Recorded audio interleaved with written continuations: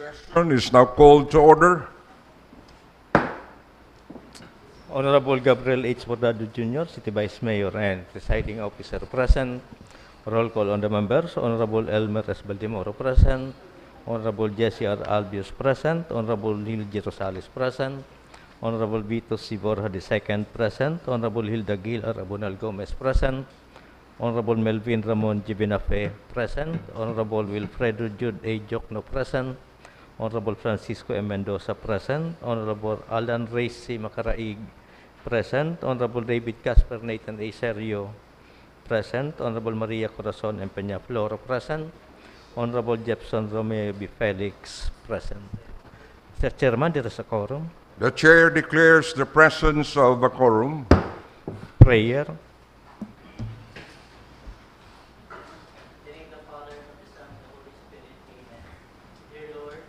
Dear Lord, as we deliberate into the session,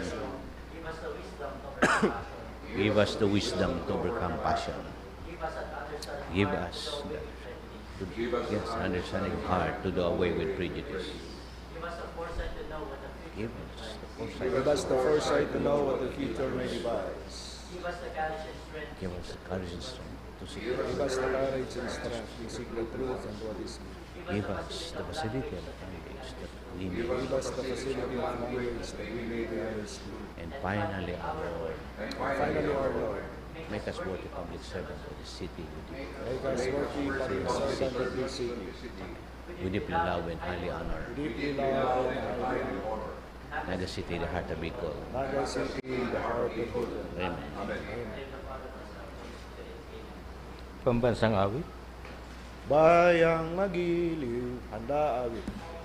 Bayang magiliw, pers ng silanganan, alab ng puso, sa dibdib mo'y buhay. Lupang hinirang, duyang ka ng magiting, sa manlulupig, di ka pasisiil, sa dagat at bundok, sa simoy at sa langit mong bukaw. May dilag ang tula at awit sa paglayang pinamahal, ang kisap ng watawat mo'y tagumpay. Ang bituin at araw ng kailan pa may pinagdidinig, lupa ng araw ng buwan, hatid pagsinta, buhay ay langit sa piling mo. Amin ligaya ng may mang-aapi, ang mamatay ng dahil sa'yo. The heart of Bicol.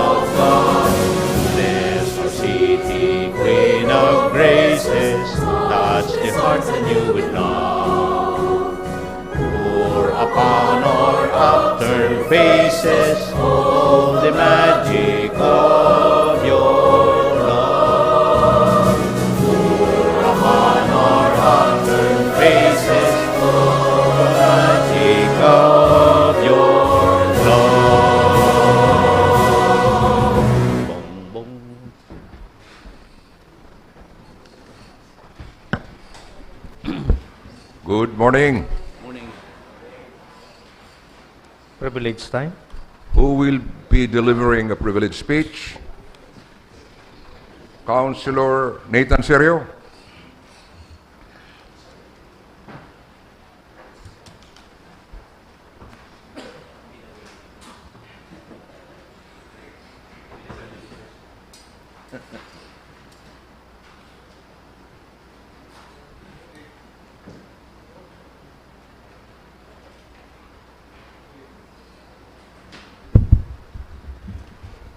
Mr. Presiding Officer, the Honorable Vice Mayor Gabriel Hidalgo Bordado Jr., distinguished colleagues, fellow Nagueños, Marinalda po.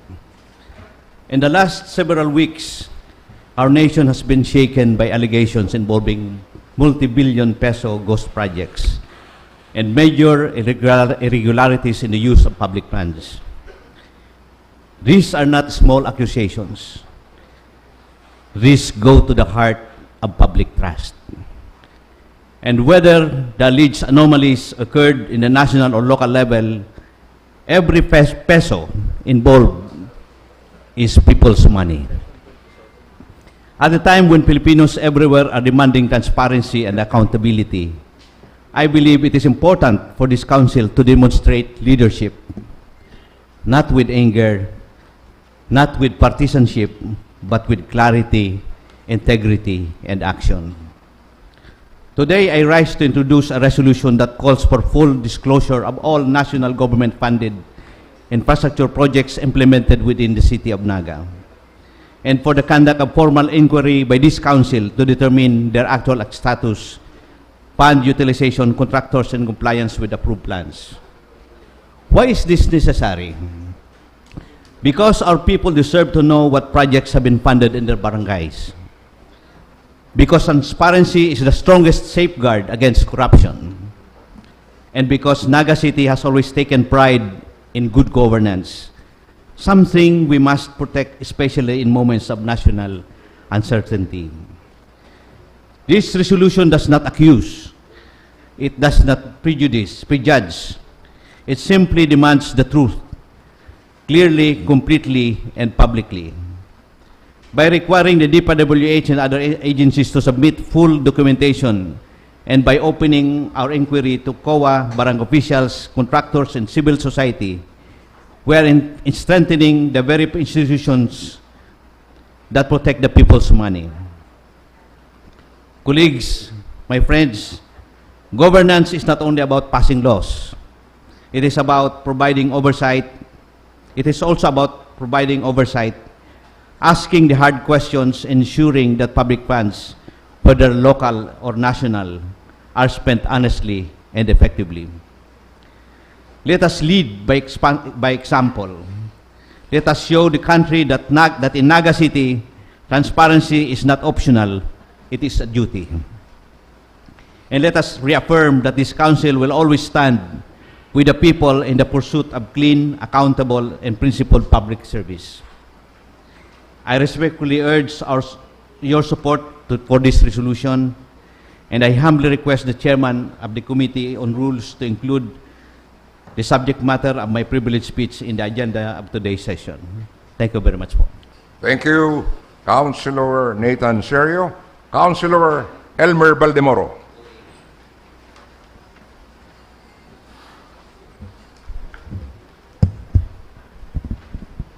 The Honorable Vice Mayor and Presiding Officer, Gabriel Bordado Jr., my esteemed colleagues, fellow employees in the city government, friends in media, esteemed guests, those watching via live stream, mga kapwa ko nagpapadangat sa mga kaakian, mga namumutan kong Nagueño, isang makabatang umaga po sa ating lahat. This November, we joined the entire nation in commemorating the 33rd National Children's Month, a time when we are reminded that the hopes, dreams, and future of our beloved city are carried in the hearts of our children. In its celebration, we called to renew a sacred duty to protect, nurture, and empower every Nagueño child, to ensure their rights to survive, to grow, to be safe, and to participate meaningfully in our community. A mission born of love, responsibility, in our shared desire to build a city where every child can stand tall and dream without fear. This year's observance becomes more meaningful as the Department of the Interior and Local Government reminds all LGUs to update their children's code every 3 years, a measure that strengthens our systems and keeps our policies responsive to the needs of times.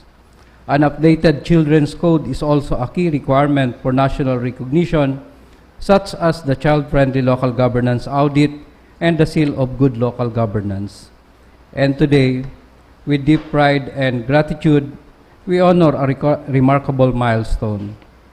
Naga City has once again been recognized for the 8th consecutive year as the 2025 Seal of Child-Friendly Local Governance as conferred by the DILG and the Council for the Welfare of Children, or CWC. 8 straight years, a distinction so rare that only a city with collective heart and consistent action can achieve. This is more than a trophy or a title. It is a reflection of who we are as a people. It is a proof that Naga continues to be a city where every child matters, where every dream is protected, and where every young voice has a place to be heard.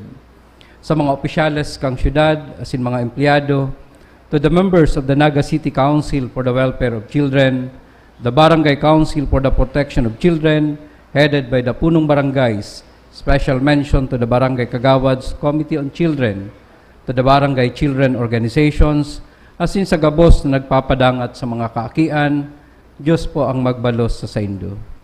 This award is ours, but more importantly, it is for our children.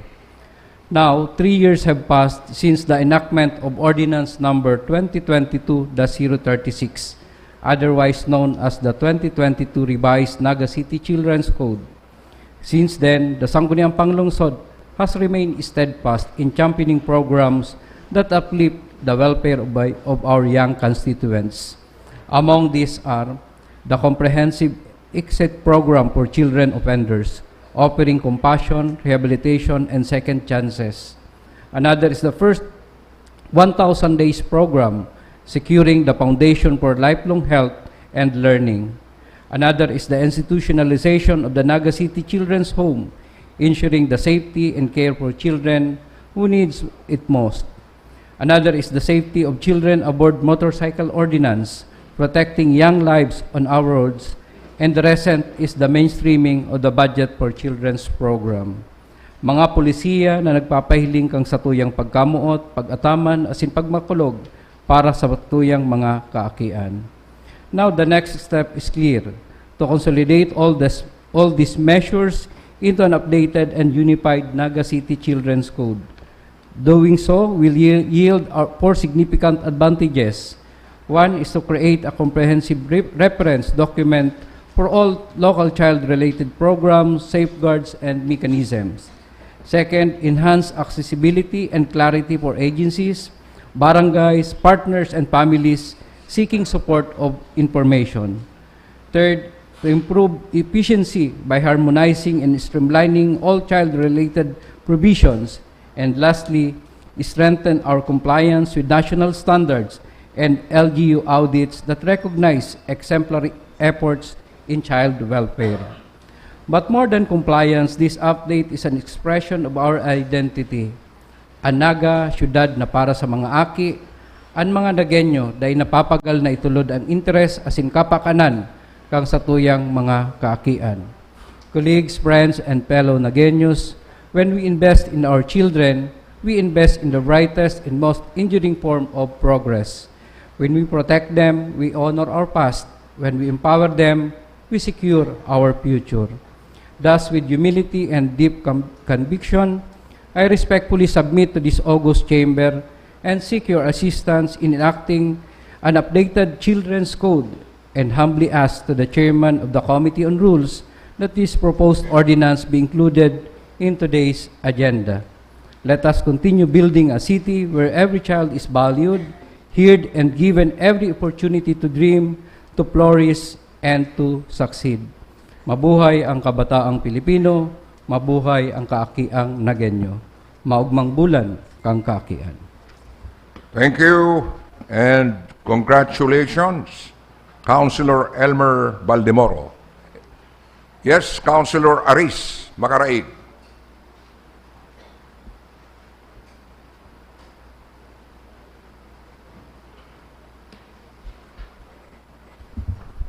Thank you, Mr. Chair. Good morning. This just to report what happened in the past, the recent O1 typhoon, which struck our city. First of all, Mr. Chair, we have 0 casualty. This was reported by the city mayor. Second, about the flooding, we have observed that the flood that we experienced in the city during O1 typhoon was not immediate. Ano po, pirang oras na halos, sarong aldaw na nag-uuran bago nagsakat talaga si tubig.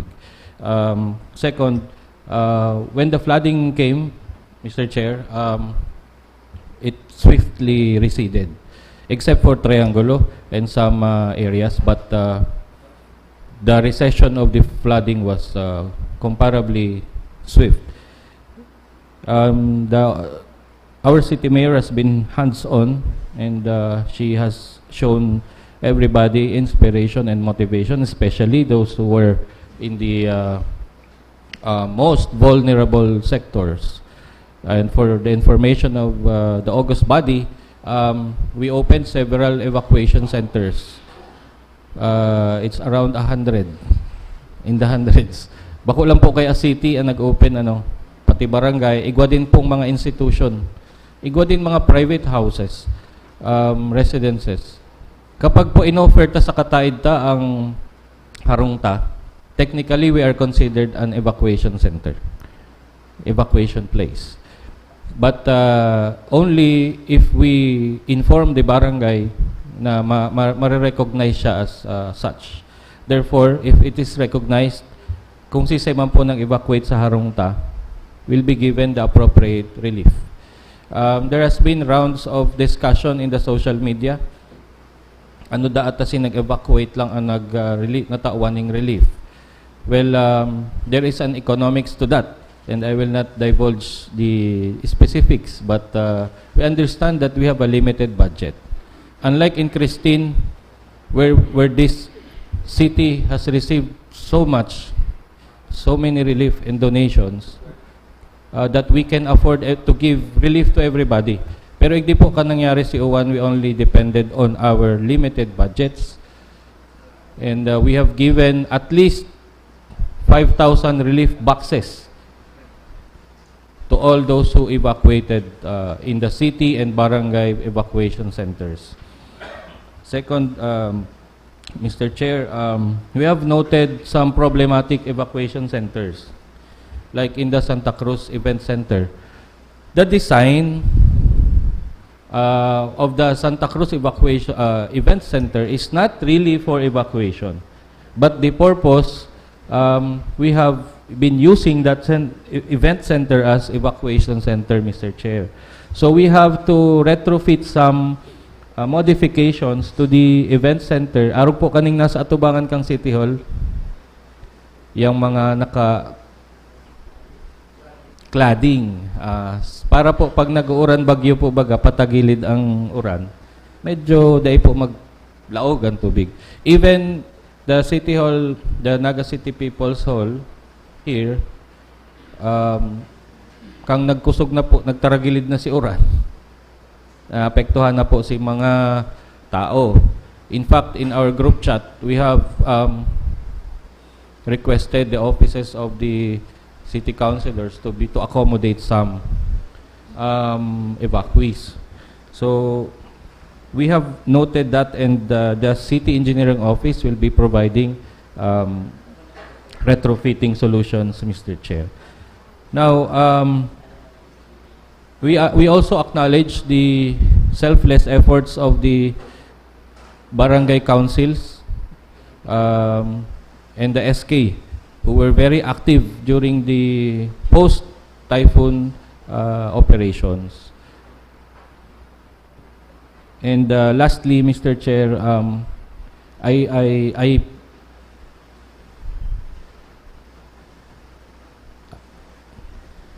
would like to encourage my fellow members in the Sangguniang that in enacting our legislations, our ordinances, we always see to it that it promotes sustainability it promotes resiliency, and it is future-proof when we speak of disaster considerations. Thank you very much, Mr. Chair. Thank you, Councilor Aris Macaraig. You were all over the city during the pre- and post-typhoon operations. Thank you. Any other privileged speech? Mr. Secretary. Reading and approval of the order of business. Councilor Rosales. Morning, Mr. Chairman. May I move to dispense with the reading of the order of business and move for the inclusion of the following items. Under special business and order as item number 9, the letter from the city mayor requesting for the passage of a resolution authorizing her to sign a deed of donation with the Institute of Integrated Electrical Engineers of the Philippines in relation to the donation of 100 units of solar lights that shall be installed and utilized at Zone 6, Barangay Panikwaso, Naga City. As item number 10 of special business and order, marked as urgent by the city mayor, is a request for the passage of a resolution endorsing and supporting the attached letter dated November 13 addressed to Senator Francis Pangilinan, which seeks national government assistance for the retrofitting and rehabilitation of the Jesse M. Robredo Coliseum. Sa item number 11 of special business and order is the subject matter of the privileged speech of the Honorable Nathan Serio, calling for full disclosure of all national government-funded infrastructure projects implemented within the City of Naga, directing the conduct of a City Council inquiry to determine their status, fund utilization, and contractors, and affirming the city government's commitment to transparency and accountability in light of national allegations of ghost projects and other infrastructure anomalies. Under unfinished business, Mr. Chairman, as item number 16, the committee report of the Committee on Health and Nutrition. As item number 17 of unfinished business, the letter from the City Planning and Development Officer attaching the breakdown of the local development fund contained in the conditionally approved annual investment program of the city government. As item number 18 of unfinished business is a submitted proposed ordinance of the Honorable Elmer S. Baldemoro in relation to the proposed ordinance of the Honorable Wilfredo Jude Jocno mandating the installation of tactile paving in vital public spaces in the City of Naga to ensure accessibility and safety for persons with visual impairment. Under new business, Mr. Chairman, as item number 7, the annual budget of Barangay Tinaga, Naga City. As item number 8, the subject matter of the privileged speech of the Honorable Elmer Baldemoro, a proposed ordinance updating the Naga City Children's Welfare Code by consolidating and harmonizing all existing local legislation on children in the City of Naga. And last, under other matters, number 2, letter from Carpio Law Offices requesting for documents related to the Jimenez Mariano property. With the inclusions, Mr. Chairman, I move for the approval of the order of business. Chairman. Councilor Baldemoro and then Councilor Nathan Serio. Thank you, Mr. Chair. Mr. Chair, may I request to the Chairman of the Committee on Rules to include in today's item under unfinished business the committee report of the Committee on Appropriation. Committee on Appropriations. Yes, Mr. Chairman. It's here, but it was only received yesterday, Mr. Chairman. But if body will allow, I will not object, Mr. Chair. Yeah, considering the fact that we have to rush the, As item number 19, Mr. Chairman. so that will be under item number 19, unfinished business.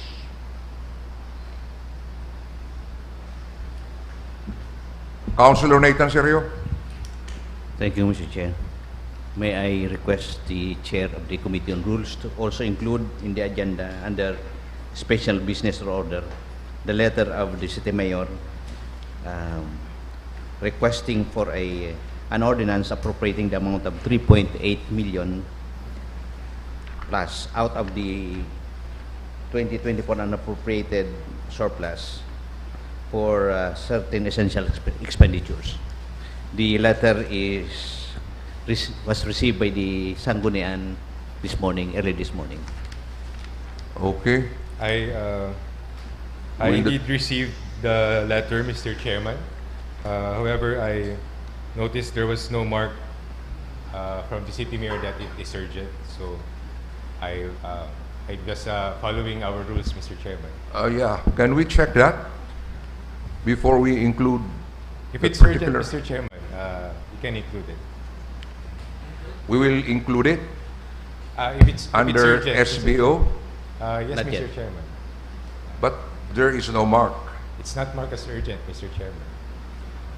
And we only received it this morning, Mr. Chairman, or yesterday. Councilor Mendoza. That item, Mr. Chair, is quite urgent because it covers an obligation that is already due. So if the body would consent, I would also support the motion of the Honorable Nathan that it be included under SBO. Okay. As So item number 12, Mr. Chairman. Item number- Special business in order. 12. Of special business in order. Okay. Okay.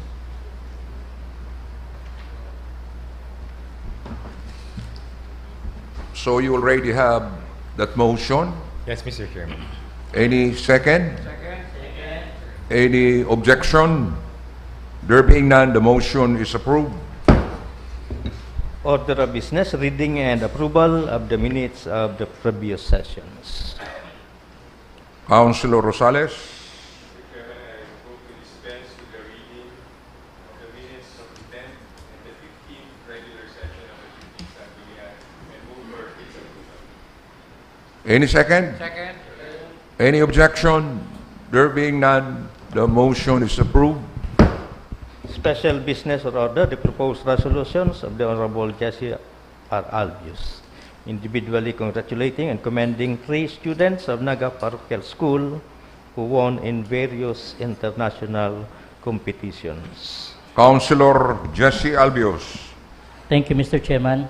3 students of the Naga Parochial School excelled in various international competition. They are Kefer Romeo Felipe of Barangay San Felipe, Nathaniel Ezequiel Toledano of Barangay Del Rosario, and Draco Xavier Marios Alvarez of Barangay Concepcion Pequeña. So I move that we pass a resolution of commendation to these particular students on joint and collective motion, Mr. Chair. Joint and collective. The letter dated November 13, 2025 of Honorable City Mayor requesting for authority to enter into and sign for and on behalf of the city the proposed memorandum of agreement with PhilHealth Regional Office 5 for the conduct of the annual physical health examination for City Hall employees. Reaction? Comment? From the chairman of the Committee on Education, Councilor Nathan Serio.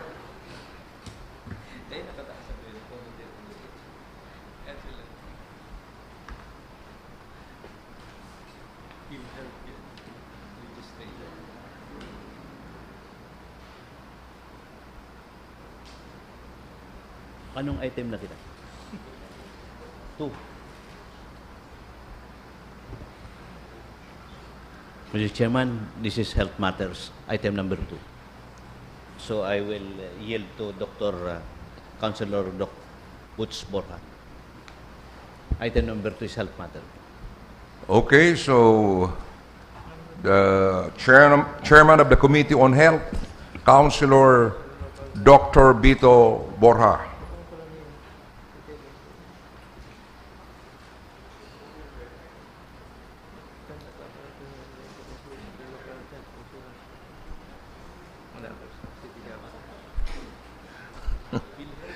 Okay, Councilor Mendoza. This refers, Mr. Chair, to the request of the PhilHealth Regional Office for their employees to be have medical examination at the NCGH. It requires a memorandum of agreement. So with that, Mr. Chair, may I request for the passage of a resolution authorizing the City Mayor to enter into, negotiate, and sign the MOA with PhilHealth Regional Office 5 in relation to the conduct of the annual physical examination of their employees. So in Mr. other Chair. words, this particular proposed resolution has something to do with education. That was the reason why I called the attention of the Committee on Education Chairman, Councilor Nathan Serio, but it is also related to health. So I called the attention of the legendary Dr. Butch Borja. Anyway, there is now the motion coming from Councilor Mendoza. Any second? Second. Any objection? There being none, the motion is approved.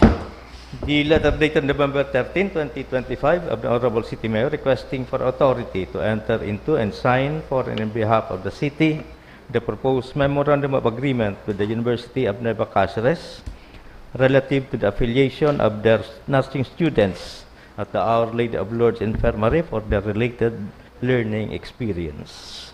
Again, it's a question of affiliation, and I believe Dr. Borja is now capable of sponsoring this particular resolution.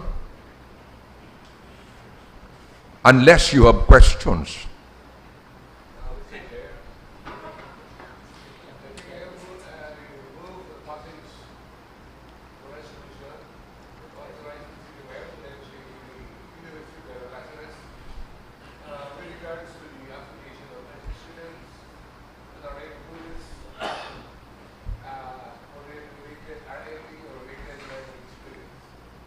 Any second?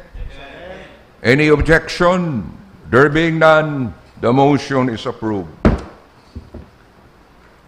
The letter dated November 13, 2025, Honorable City Mayor requesting for authority to enter into and sign for in behalf of the city the proposed memorandum of agreement with the University of Nueva Cáceres relative to the affiliation of the nursing students at City Health Office for their related learning experience.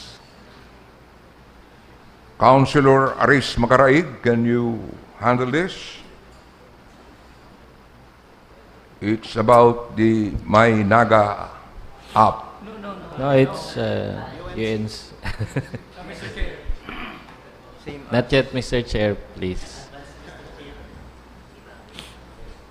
I believe it's Councilor Doc Butch Borja, Mr. Chair. I think there was an error here.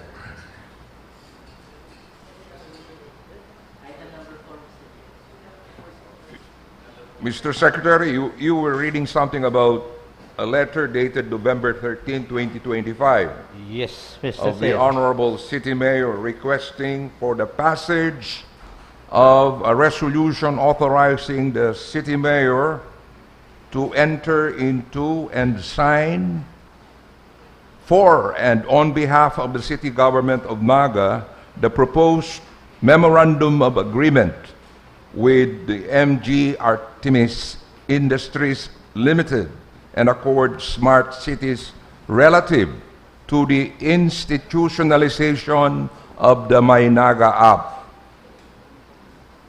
So what is the point of Councilor Aris? In that case, Mr. Chair, I move that an authority be given to the city mayor to enter into a memorandum of agreement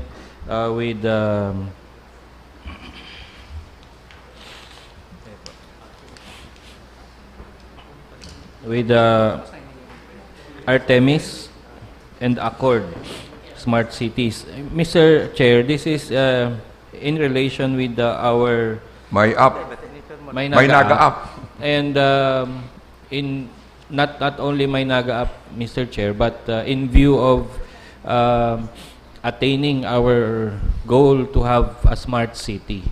Yeah. So they will be assisting. Actually, ang role lang po nila, Mr. Chair, is since they are the experts, to give expert advice to the city of Naga. Okay. So I move, Mr. Chair. Reaction, Councilor Baldimoro? Mr. Chair, may I know if the item number 5, 6, 7, and 8 is interrelated to the Maynaga app? Yes, Mr. Chair.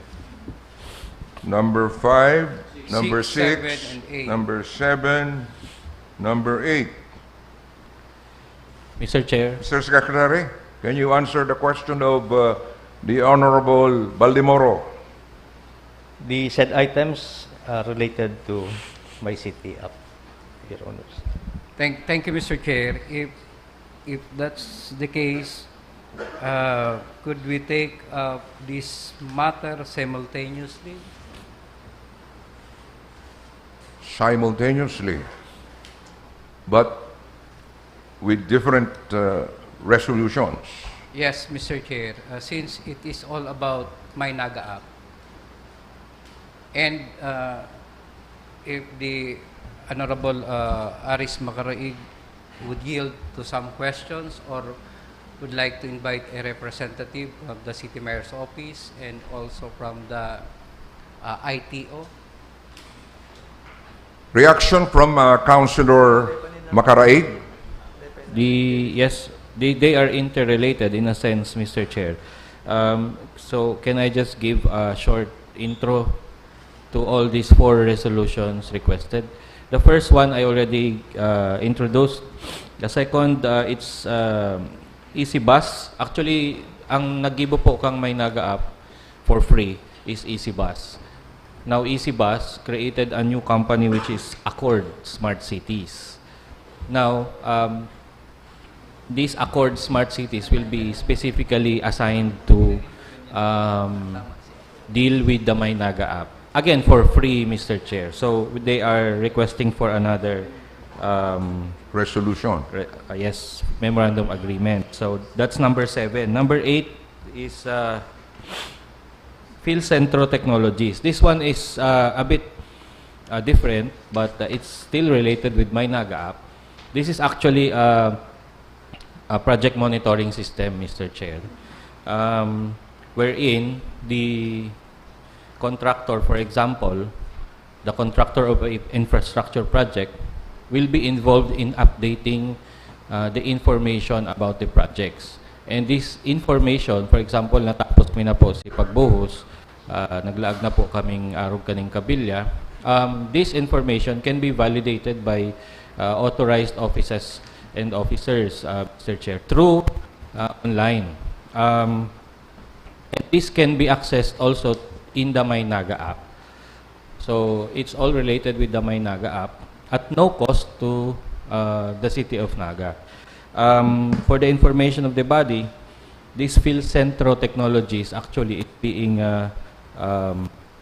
will be implemented by the Secretary of the DPWH, but he was prioritizing that the initial implementation of his program be made in the city of Naga to make a bold statement about transparency, Mr. Chair.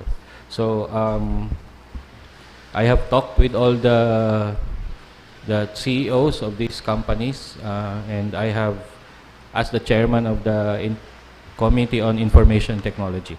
So I so move, Mr. Chair, that all these resolutions does not pose any negative or obligation to the city. These were vetted by the City Legal Office, and so the authority being requested by the City Mayor is proper. So I move that she be given such authority respectively, Mr. Chair. Any other comment? Yes, Councilor Mendoza. Thank you, Mr. Chair. Query to Councilor Aris. Does this include procurement? In other words, will the city pay to these providers? Mr. Chair, the city will not pay to the providers, but in this Phil Centro Technologies Incorporated, since there will be options for funding, these options for funding will be taken up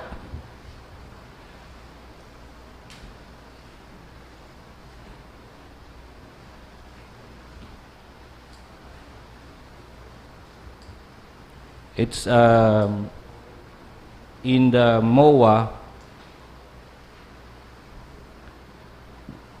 states that all funds sourced for this project, because there's a possibility that funding might be given to this project, shall be remitted directly to the City Treasurer's Office,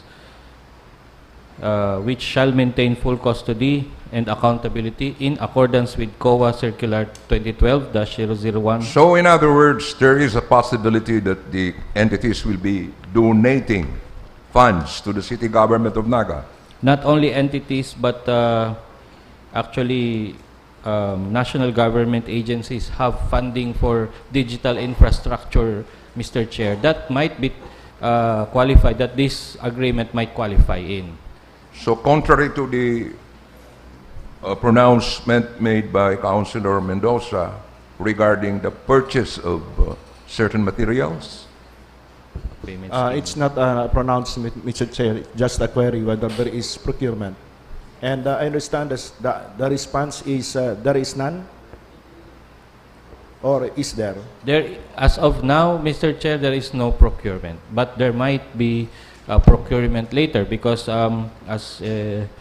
to give an idea, we might upgrade servers, we might upgrade cloud subscriptions. These will be financed, these will be procured, and but the source of funding will not be coming from our budget, From the city government. but from special funds or grants, Mr. Chair. Later on, but as of this can be implemented without procurement. But they see the need of procurement anytime when this is already rolled out. But no concrete funding yet. Thank you, Mr. Chair. My query is specific to procurement from those entities. Siguro yung mga procurement for servers, computers, we can do it, no problem, because it can be done outside that MOA. My query is whether we will procure from those entities. No. Okay. No, Mr. Chair. I would like to request the Secretariat to flash the MOA between Accord and EasyBus. Accord, EasyBus, and the city government. Ms. Secretariat, please. And go to section 3.3.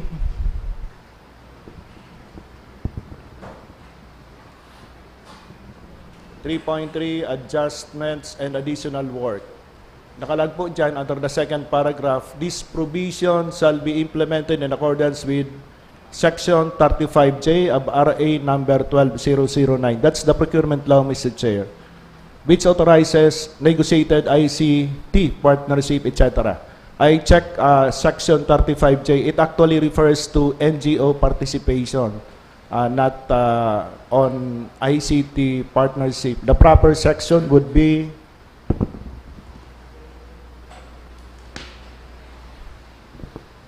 Section 37, Direct Procurement for Science, Technology, and Innovation. Maybe, Mr. Chair, we can ask the Procurement Office to check again the terms of this agreement, just in case there are matters on procurement which need to be checked, whether it is in accordance with RA 12009. But in the meantime, we will be approving the resolution. Without delaying the approval of the authority to the city Yes, mayor. because Councilor Aris Macaraig has already made a motion. Actually, Councilor Balimoro. Mr. Chair,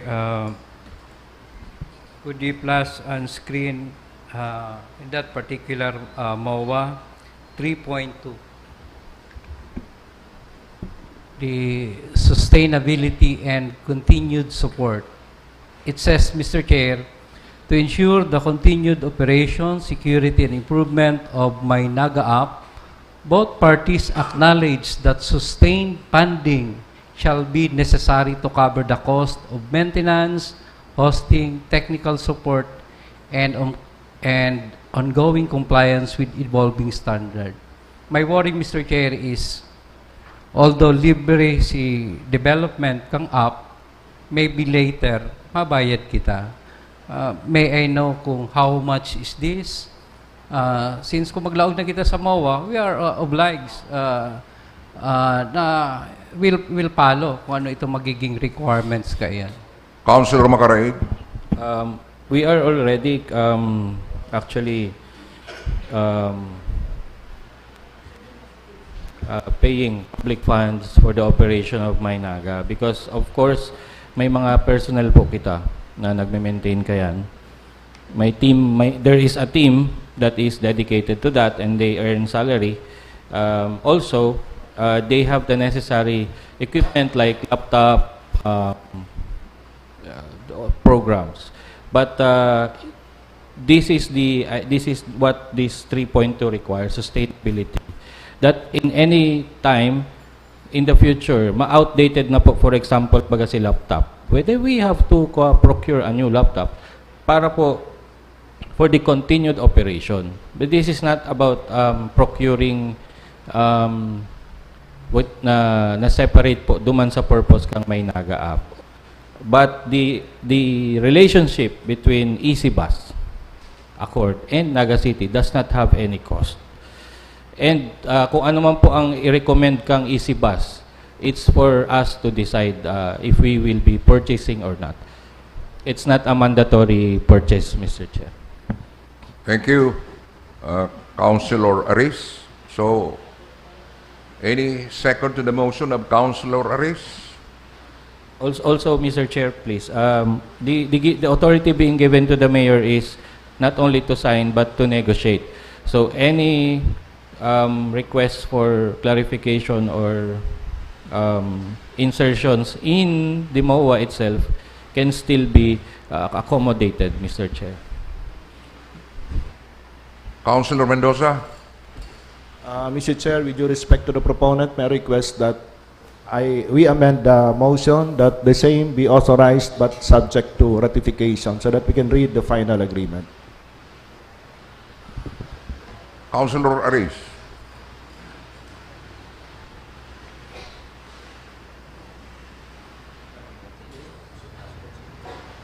I so move, Mr. Chair, as amended that the city mayor be given authority to sign, negotiate, and enter into a memorandum agreement with these respective entities subject to ratification of the Sangguniang Panlungsod. So you agree with Councilor Mendoza? Yes, Mr. Chair. Okay, so Second.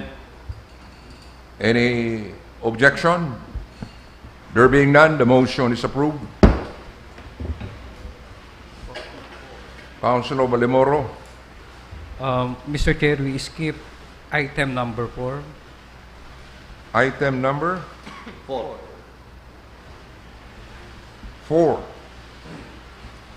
Mr. Secretary. The letter dated November 13, 2025 of the Honorable City Mayor requesting for authority to enter into and sign for and behalf of the city the proposed memorandum of agreement with the University of Nueva Cáceres on the affiliation of their nursing students at City Health Office for their related learning experience. Again, Councilor puts for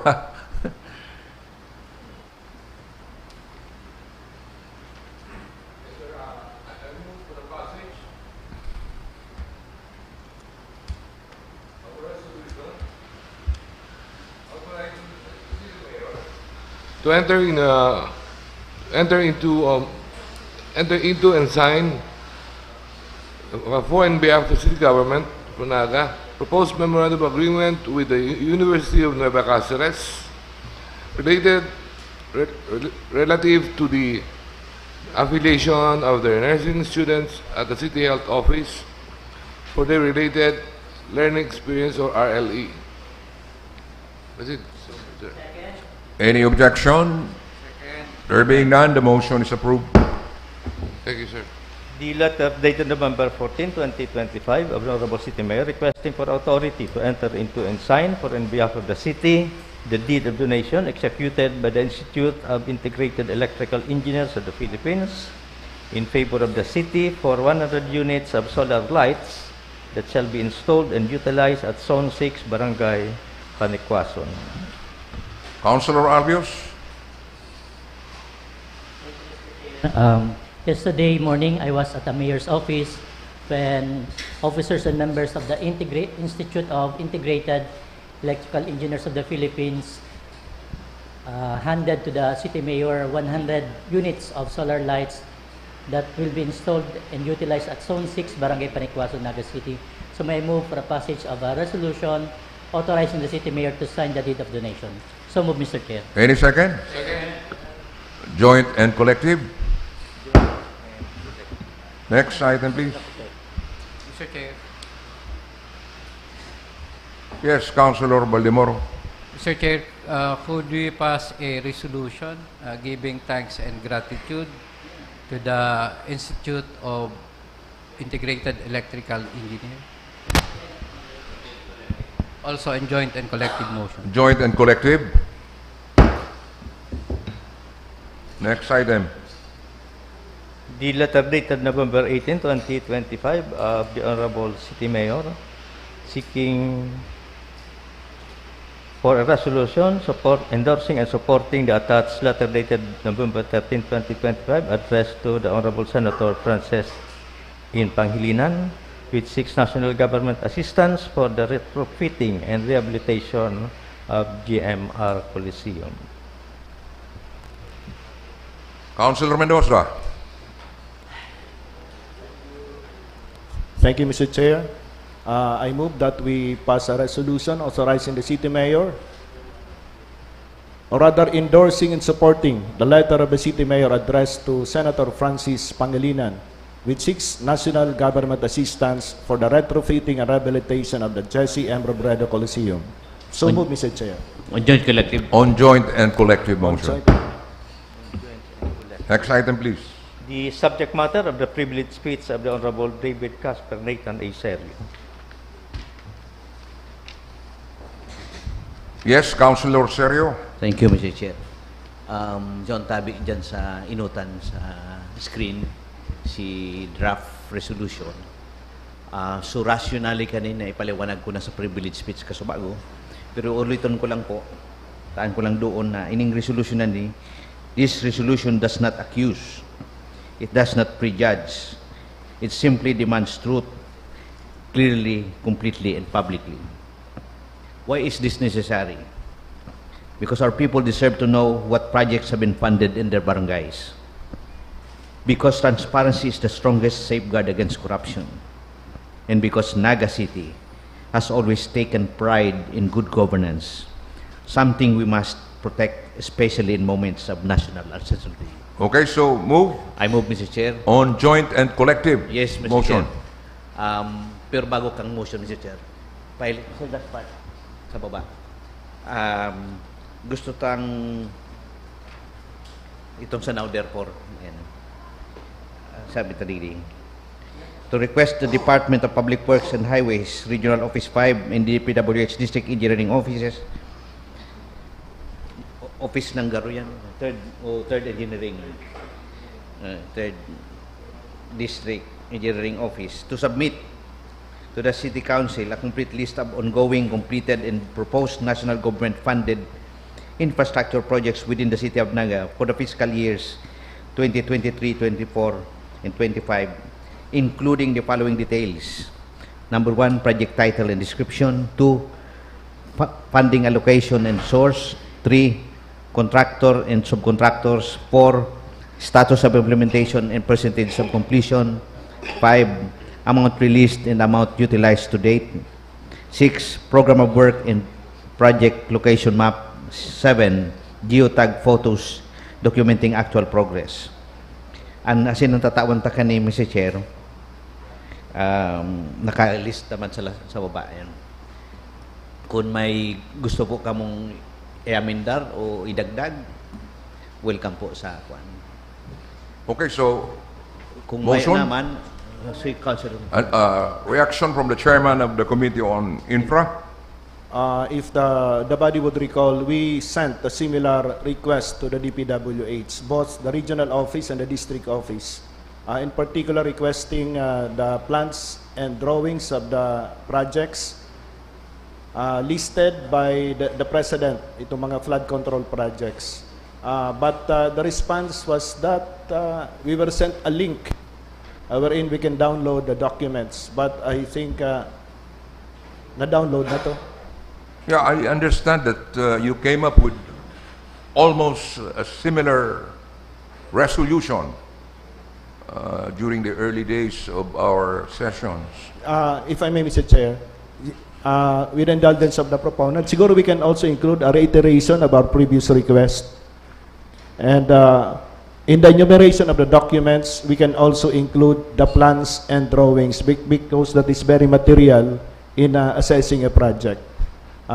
So itong numbering duman, up to number 7. Number 8 would be the plans and drawings of each project. And if the proponent would agree that we include among the items reiteration of the previous request of the Sangguniang Panlungsod. Yes. Councilor Nathan? I agree with the proposal of Councilor Frank. So with the inclusion of the proposal of Councilor Mendoza, again, kindly make a final I move motion. that we pass this resolution as with the inclusion of the suggested amendments on joint and collective motion, Mr. Chair. We Joint pass and it. collective. Thank you. The letter dated November 14, 2025, of the Honorable City Mayor requesting for an ordinance appropriating the amount of 3,816,764 pesos and 34 centavos out of the calendar year 2024 unappropriated surplus to cover the insurance expense of the Naga City General Hospital. Councilor Baldemoro, the chairman of the Committee on Appropriations.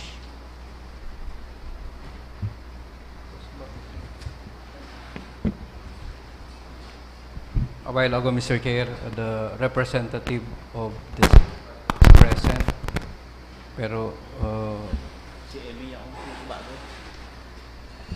may I request, Mr. Chair, to temporarily defer this matter and invite a representative from the City Budget Office. So we will temporarily defer discussion of this matter, and I am requesting the security officer to invite the representative coming from the City Budget Office. Next item, please. Unfinished business, the letter dated November 4, 2025 of the Honorable City Mayor, turning Ordinance Number 2025-090, unsigned for possible refinement and reformulation based on her comments and recommendations contained in the said letter. Mr. Chair, good morning. Any reaction or comment?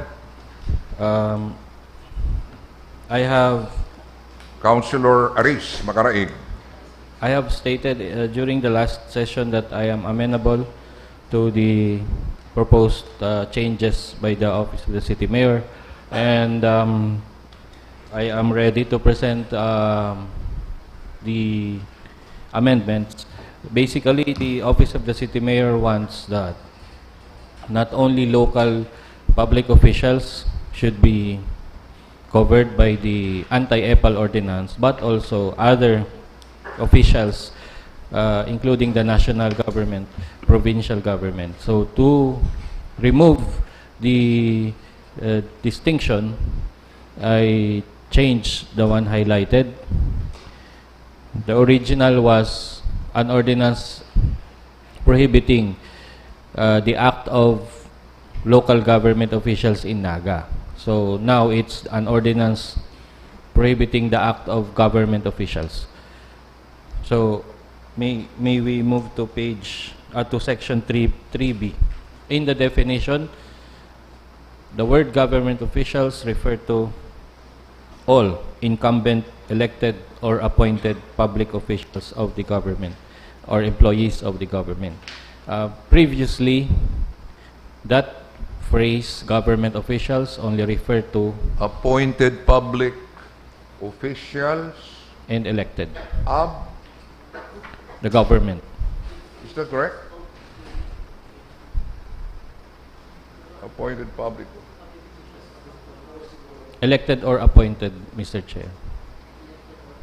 Government officials shall refer to all incumbent, elected, or appointed public officials of employees. Or employees. Or employees. It's or. It should Mr. be Chair. or. Yes, Mr. Chair. Okay. It's a typographic, Mr. Chair. Of the government. So it removes the distinction between local and national government, meaning everybody is covered, Mr. Chair. But the point here is this ordinance can only be applied within the territorial jurisdiction of Naga. That's why can we please move to section 6, applicability. It shall apply to all government officials, properties, etc., which are implemented by any government official within the territorial jurisdiction of Naga City. So it highlights that this ordinance only applies within Naga City, Mr. Chair.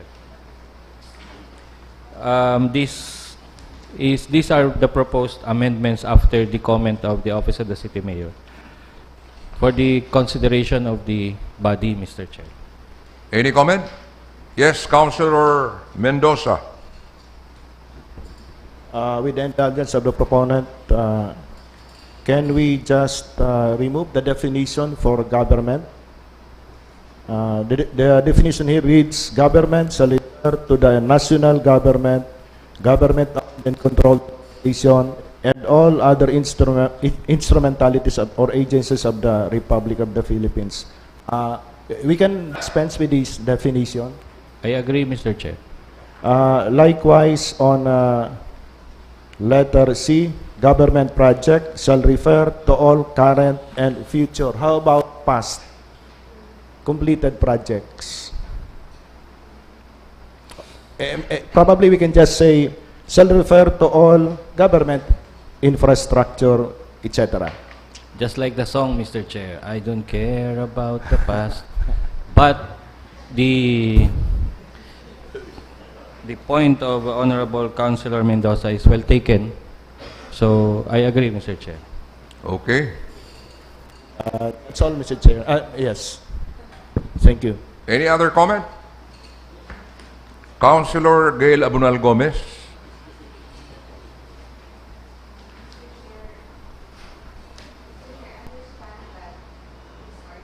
Only covers the LGU, but it should include all government officials as suggested by the city mayor. So if the proponent is amenable, may I suggest that in the title of the ordinance, we add in Naga City after issued documents. I agree, So Mr. it Chair. now reads, an ordinance prohibiting the act of government officials in affixing or installing their names, logos, images, and or branding or on publicly funded projects, programs, signages, and government-issued documents in Naga City. I agree, Mr. Chair. Thank you, Mr. Chair. Reaction, Councilor Aris. That is proper, Mr. Chair. I agree, Mr. Chair. Okay.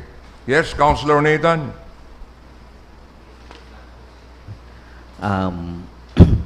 Halimbawa po bagang igwang senador kang Republika kang Pilipinas. nagtaon ng project sa barangay, as in, maray si project na pigtao, pigpandingan niya. Pero si opisina katong senador, o kaya tawhan niya, naglaag ng karatula. May lalawgon kang senador. Ano po ang gigibuhon kang City Hall? Rarapsingon so streamer? Tatanggalon so kunyan duman, nagaro anunsyo na igwas siyang project duman? Reaction, Councilor Aris. That is a good point, Mr. Chair. But what we should do is teach him a lesson that we do not allow that in Naga City. And maybe before he comes over, he be informed that no such thing is allowed in Naga City. Except if the tarpaulin is privately funded, Mr. Chair. It does not come from the public funds because that is what is exempted in this ordinance. Anything that is privately funded is allowed because we cannot do anything about it. But if it's publicly funded, but how can we be sure that it's public or private? You are telling us that it's okay if the tarpaulin is privately funded? Yes, Mr. Chair. We have no jurisdiction to that, Mr. Chair. But what if the tarpaulin refers to the project constructed or built by the powers of that senator? Then it enters a new prohibition, Mr. Chair. I understand that is the idea being propounded by Councilor Nathan Serio. What if suddenly there is this tarpaulin stating that Senator blah blah blah is the sponsor of the project? I withdraw that manifestation, Mr. Chair. In Section 4, letter F, it states here, posting tarpaulins with the name, logo, initials, image, or branding personal of a government official in connection with government programs, publicly funded events such as Barangay Fiesta Festival, Charter Day, and other holidays is prohibited. So that's clear enough. That's prohibited. Yes, Mr. Chair. It's hard to teach the government office officials who are used to this, but Yeah. It may I be was just it's part of our responsibility. commenting on your Yes, Mr. proposal or what you said a while ago, that if it is privately funded, I take that back, Mr. Chair. so There's no distinction, Mr. Chair. okay, thank you. Any other comment? So kindly make the final motion, Councilor Aris Macaraig. With the indulgence of this august body, I move that the amendments to Ordinance 2025-90 as made in accordance with the comments of the City Mayor be approved, Mr. Chair. Okay, any second? Reaction? Yes, Mr. Chairman. We have to include the matter first under unfinished business. It's not part of the agenda. So we include it first, then we move for its approval. Because we are taking up actually the matter of the letter of the City Mayor returning the subject ordinance, but the revised draft was not yet included as part of the agenda. So I move to include the proposed ordinance as amended as item number 1A of unfinished business, Mr. Chairman. Okay. Any second? And then there was this motion coming from the principal author of the ordinance with the inclusion of the comments and the amendments. amendments, Mr. Chair. Any second? Any objection? There being none, the motion is approved. The report of the Committee on Laws and Ordinances. Committee on Laws and Ordinances.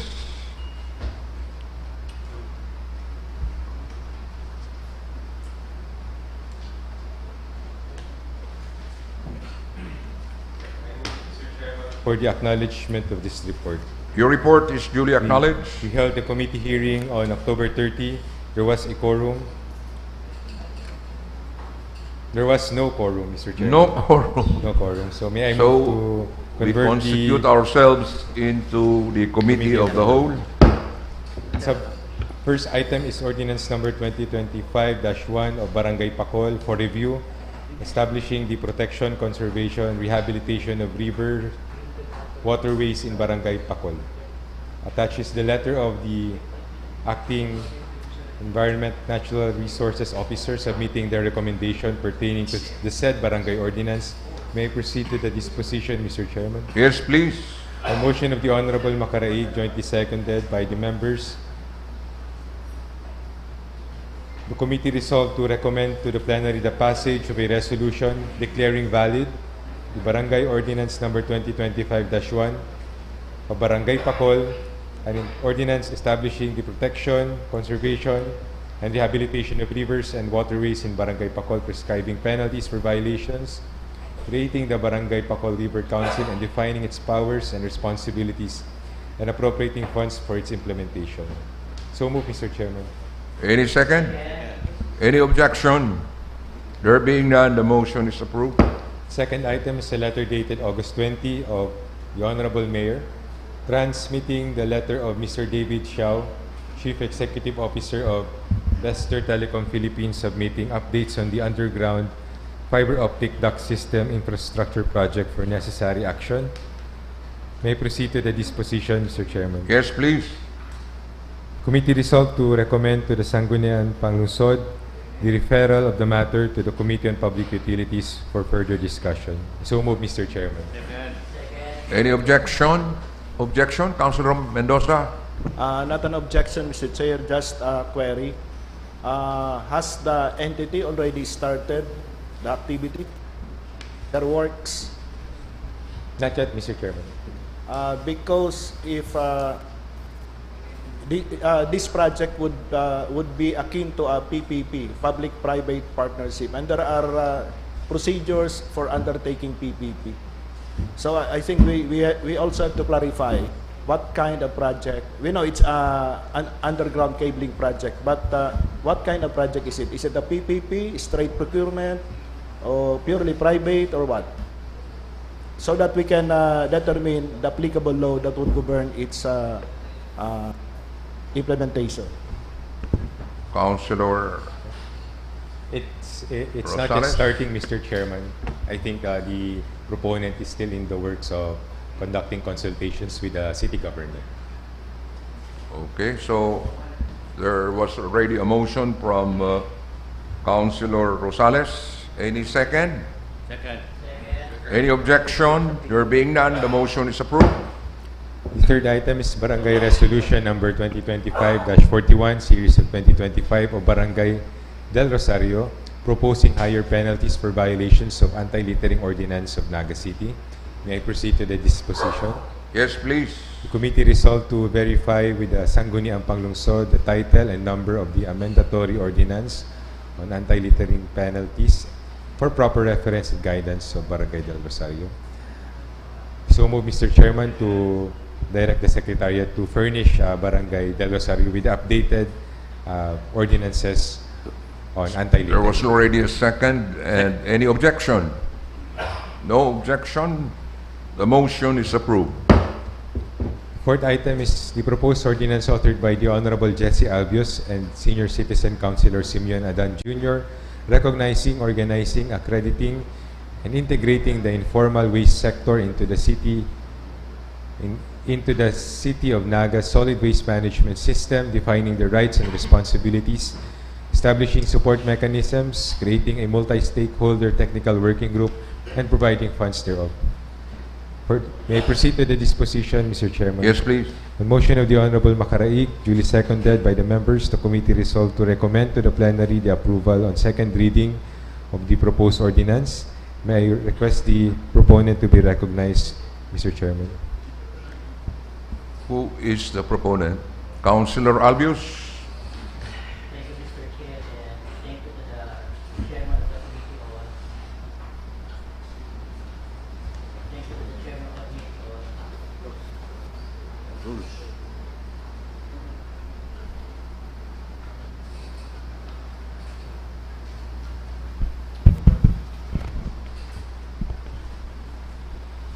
Thank you, Mr. Chair, and thank you to the chairman of the Committee on Laws and Ordinances. This proposed ordinance is being presented on second reading. Soft copies were provided to the individual members of the Sangguniang Panlungsod in their through email. So the proposed ordinance aims to recognize, organize, accredit, and integrate the informal waste sector into the City of Naga solid waste management system, defining the rights and responsibilities, establishing support mechanisms, creating a multi-stakeholder technical working group, and providing funds therefore. So just a quick walkthrough to the ordinance, Mr. Chair. Section 1, the title of the proposed ordinance will be the Naga City Informal Waste Sector Integration Ordinance of 2025. Section 2 is the declaration of policy to promote inclusive and participatory governance in environmental management and recognize the contribution of the informal waste sector in achieving the objectives of Republic Act number 9003. Section 3, we have the definition of terms. We define informal waste sector as individuals or groups engaged in the collection, sorting, recycling, and selling of waste materials without formal recognition or regulation. So in simple terms, Mr. Chair, these are itong mga nangangalakal. Section 4, we have the recognition, accreditation, and integration. So the informal waste sectors shall be recognized as key partners in the solid waste management. We assign the Solid Waste Management Office in coordination with the City Social Welfare and Development Office to oversee the accreditation process. It includes the issuance of identification cards to accredited informal waste sectors members. And then in Section 5, we have the rights of accredited informal waste sector members. Section 6, Mr. Chair, the duties and responsibilities of the informal waste sector members. Section 7, the support mechanisms that the city government shall provide to the informal waste sector. For instance, access to protective equipment, tools and uniforms, capacity building programs, technical trainings and skills development, health and social protection services, including medical checkups and insurance referrals. In Section 8, we have the creation of a multi-stakeholder technical working group that shall oversee the implementation, monitoring, and evaluation of this ordinance. Also, it shall formulate and update the operational guidelines. For the Section 10, you have the operational guidelines wherein the technical working group shall develop the necessary implementing rules and regulations within 60 days from the effectivity of this ordinance. Section 11 is the funding support. Section 12, you have the separability clause, and Section 13, repealing clause, and Section 14, effectivity. Basically, Mr. Chair, the intent of this proposed ordinance is to recognize, organize, and accredit ang mga informal waste sector. Kasi as of now, we have 480 volunteers na mga nangangalakal, mga informal waste sector. Lagad day po sindamat awanan ning magkakanigong trainings, assistance kang city government to the solid waste management system because may papukitang ordinance na would legally allow the assistance to be given to them. So if any members of this August chamber wish to ask queries or comments, Mr. Chair. Any reaction or comments?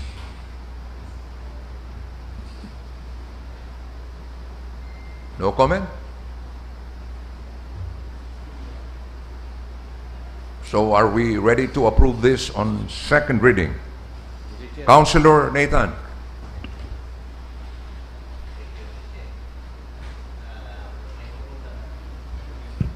May hapot lang ko sa proponent po, kay Councilor Jesse. There was a time kadtong kunya na konsyal ako kadto na nauso so kunyan piglalagadi ang kudal tay ikakalakal pati nga ni yan takop sa drainage pigtatanggal ang takop popokpokon so simento kukuanon so ano ni si kabilya dumanta papakilo. Ang hapot ko lang po, kabali ba digdi sa proposed legislations itong garo pag-instill ng disiplina digdi sa informal sector. Councilor While Albios. pigtutugutan ta maghanap buhay sinda, kaya kadto igwang ordinansa na itong pigdadaran ni dakan sa ng kalakal, i-mag-recording man sinda, pa-existing kita ordinansa. Reaction from the principal author. Kalukuhan, mas matukdo itong para negosyo kaya ano na po yan so garo junk shop kung siya ay nagdara ka to. Okay. Thank Then you. we get the reaction of the principal author. Yes, Mr. Chair, under Section 6, the duties and responsibilities of the informal waste sector members. We have there comply with health, safety, and environmental standards set by the city government. I think we can add peace and order. To comply with health, safety, environmental standards, and peace and order concerns set by the city government. Okoya, are you satisfied with the answer of the principal proponent? Councilor Nathan Serio. Of the duties and responsibilities? Yes, Mr. Okay. Chair. Okay. Councilor Aris Makaray. Thank you, Mr. Chair. I support this proposed ordinance. Just a clarification, Mr. Chair. This does not create an employer-employee relationship between the City of Naga and the members of the informal waste sector members. Is that correct, Mr. Chair? Yes, Mr. Chair. It does not, and in fact, magiging katuwang sinda kang city government sa pag-implement kang solid waste management programs kang sa tuyong gobyerno lokal. So the volunteers will just be supporting the city government, but there will be no employee-employer relationship. Thank you, Mr. Chair. Yes, Mr. Chair. Councilor Mendoza. Thank you, Mr. Chair. Does this ordinance refer to the IWS at the San Isidro sanitary landfill or to all scavengers? Based on the statements during the committee hearing, I think all, they have enlisted already 480 informal waste sectors from the City of Naga. Yes, Councilor Mendoza again. Does that mean that 480 are organized into a single group?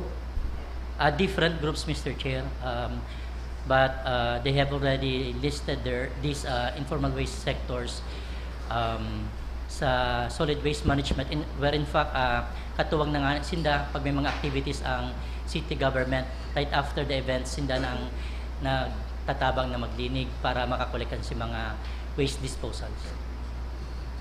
Last question, Mr. Chair. There are certain obligations. One, comply with health, safety, and environmental standards set by the city government.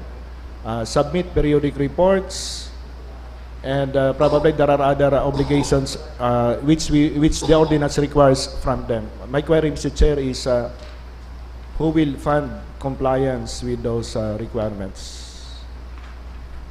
Councilor Albios. Yes, Mr. Chair, there is a provision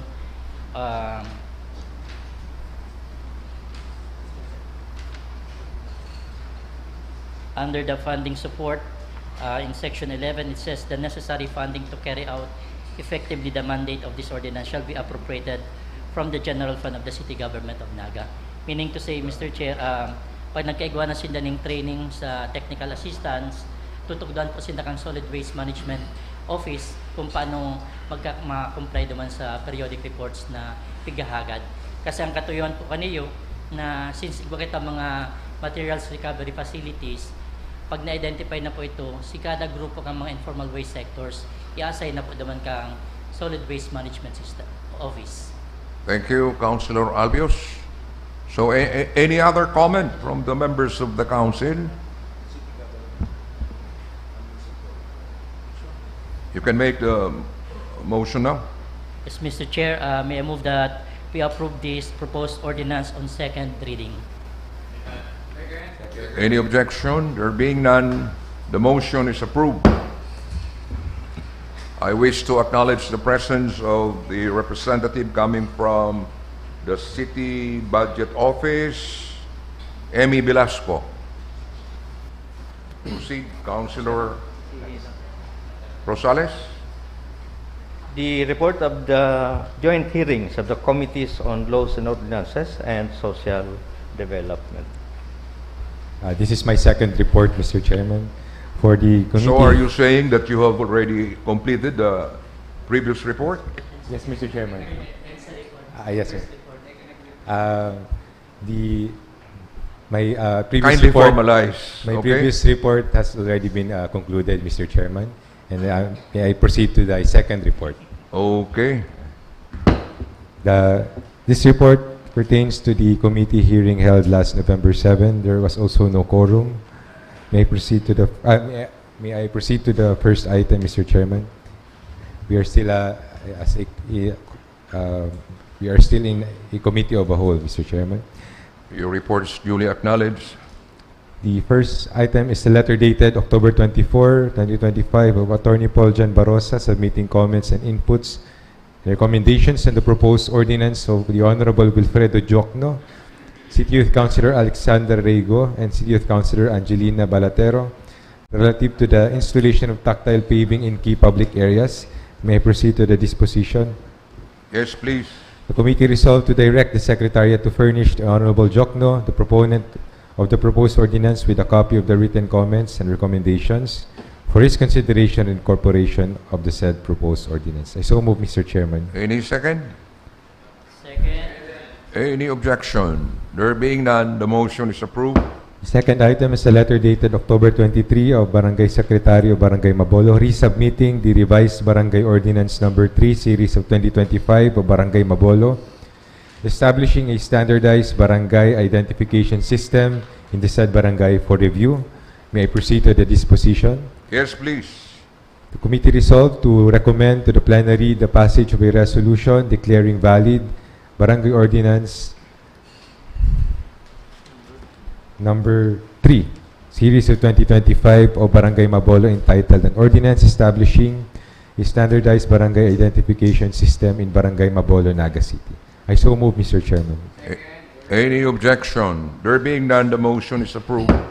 The third item is a letter dated October 21 of Barangay Secretary Ronald Garcia, Barangay Lerma, transmitting Barangay Ordinance Number 8, Series of 2025 requiring all sari-sari store and other establishments selling cigarettes and liquors within the jurisdiction of Barangay Lerma to post signage stating no selling of cigarettes and liquor to minors for review. May I proceed to the disposition, Mr. Chairman? Yes, please. The committee resolved to return Barangay Ordinance Number 8, Series of 2025 to the proponent for further revision to incorporate suggestions and comments made during the committee hearing. I so move, Mr. Chairman. Any second? Second. Any objection? There being none, the motion is approved. The last item of this report is a proposed ordinance authored by the Honorable Francisco Mendoza and Senior Citizen Councilor Corazon Milano repealing specific provisions of ordinances providing mandatory appropriations to certain sectors or programs. May I proceed to the disposition, Mr. Chairman? Yes, please. On motion of the Honorable Abunal Gomez, duly seconded by the Honorable Borja, the committee resolved to recommend to the plenary approval for second reading of the said proposed ordinance entitled An Ordinance Repealing specific provisions of ordinances providing mandatory appropriations to certain sectors or programs. May I request the proponent to be recognized, Mr. Chairman. Okay, the proponent is Councilor Frank Mendoza. Thank you, Mr. Chair. With the indulgence of the Chair of the Committee on Rules, may I submit that the proposed ordinance be presented on second reading in the next session of the Sangguniang Panlungsod. Okay, so that will be discussed during the next session of the Sangguniang. We will go back to item number 12. The request of the Honorable City Mayor for the passage of an ordinance appropriating the amount of 3.8 million plus. The rules are suspended, and we are requesting Madam Emmy Velasco to proceed to the... Good morning, Mr. Chair. Good morning. Good morning po. Request mi po ang amount na 3,816,764.34 po para po ma-augment si appropriation for insurance kang Naga City Hospital, Naga City General Hospital. Ang insurance niya po kaya is amounting to 4 million. Si insurance niya po is amounting to 4,440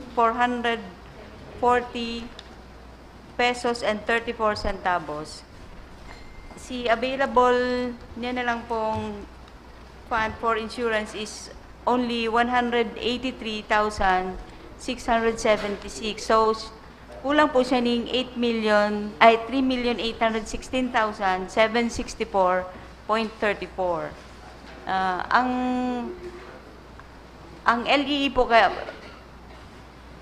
Mr. Chair, kaipuhanan pong may separate po siyang appropriation for insurance, and dahil po siya pwedeng i-charge sa general administration, kumbaga po sa mayor's office or sa GSD, bawal po ito. Kaya para po makaiwas kami sa audit observation memorandum from COA, pinagmarami pong mai-request na malaganan siya. Pero po, rest assured po na sa budget for next year, piglaganan mi na po siya ng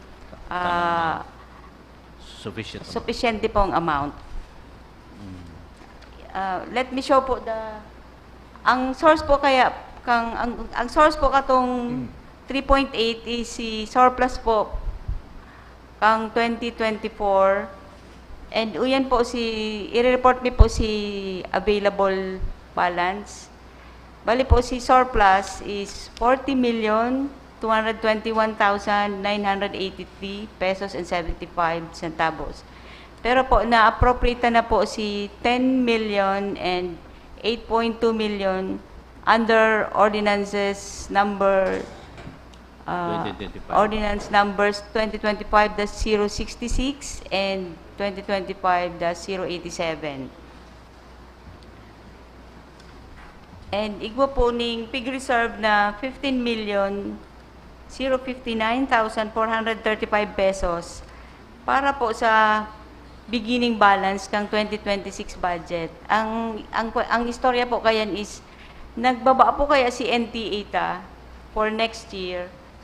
Kaya, since po, kulang na ito pong pag-abot kang circular from DBM, nag-abot po siya ng late na nakapag-barangaan na po si mga opisina during the AIP presentation,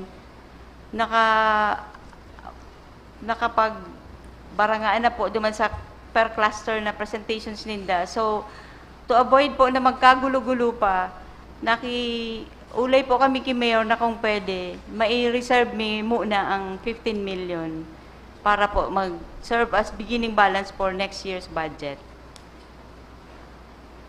So, okay, reaction from the chairman of the Committee on Appropriations, Frank Mendoza. No. No.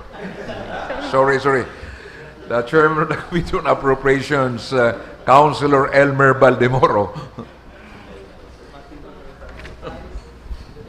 Thank you, Mr. Chair. Mr. Chair, on the attachment to the request of the City Mayor is the cash analysis as of December 31, 2024, and it says that the estimated cash surplus is 50,909,091. So in this, on the presentation of the representative from the City Budget Office, it's only 40 million. Paano nangyari? Nasa next page po, Consi. Ayan po. Diyan po sa pinakadulo, nakalag po dyan si net results available for operation. Iyan pong 40,221,983. So out of 40 million na balikan natin itong peak present ni Madam Emmy. Out of the 40 million, we already appropriated 10 million and 8.2 million. Correct po. Tama. Correct po. And you requested reserve for beginning balance 15 million. Opo. Tano dito na yung gastuson ngunyan? Sinasabi tang kulang ang pundo. Since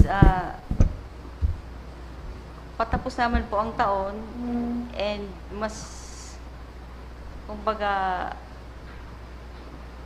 Mas maremay mas So you are not sure? di po mas problemado po kung saan si next year ang bawasan ta. We have, Mr. Chair, enough budget for 2026. Ang sinasabi ba ganun yan, kulang ang budget for 2025. So why is that? Ay.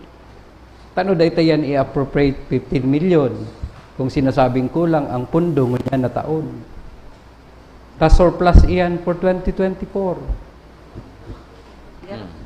Madam Emmy, can you answer the question of the Chairman of the Committee on Appropriations? I'm sorry, whenever we talk about money, about funding, I always associate them with Councilor Frank Mendoza. Forgive me po, pero gano'n po, beyond my pay grade ang pag-explain kung dapat na ba siyang gamitin today, this year or for next year na lang. Councilor Baldemoro is actually asking, why do you have the propensity to reserve this for the 2026 budget when what we are hearing, what we are being, the certain information is coming out that we really lack the necessary budgetary allocation at this stage.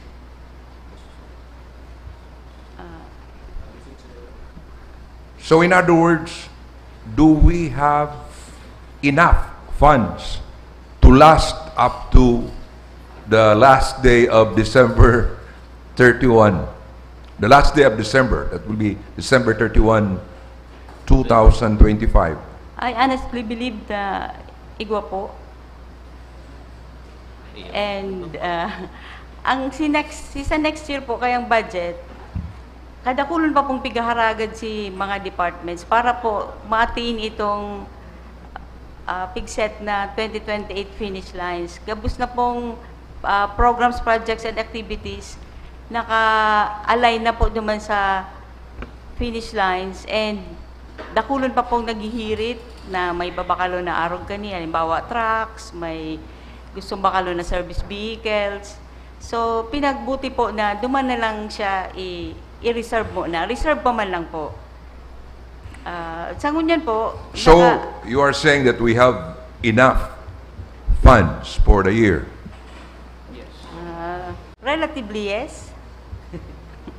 Relatively. And when you say relatively, what do you mean? Maybe. Sir Frankel.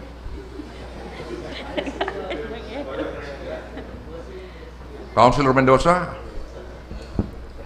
Thank you, Mr. Chair. Ang the main reason why they are seeking that 15 million as beginning balance is that if you look at the annual budget, proposed annual budget or executive budget for 2026, considering the proposals from all the offices of the city government, talagang kulang itong estimated income. So the purpose of that 15 million is to augment the estimated income for next year to be able to fund the proposals of all our city government departments and offices.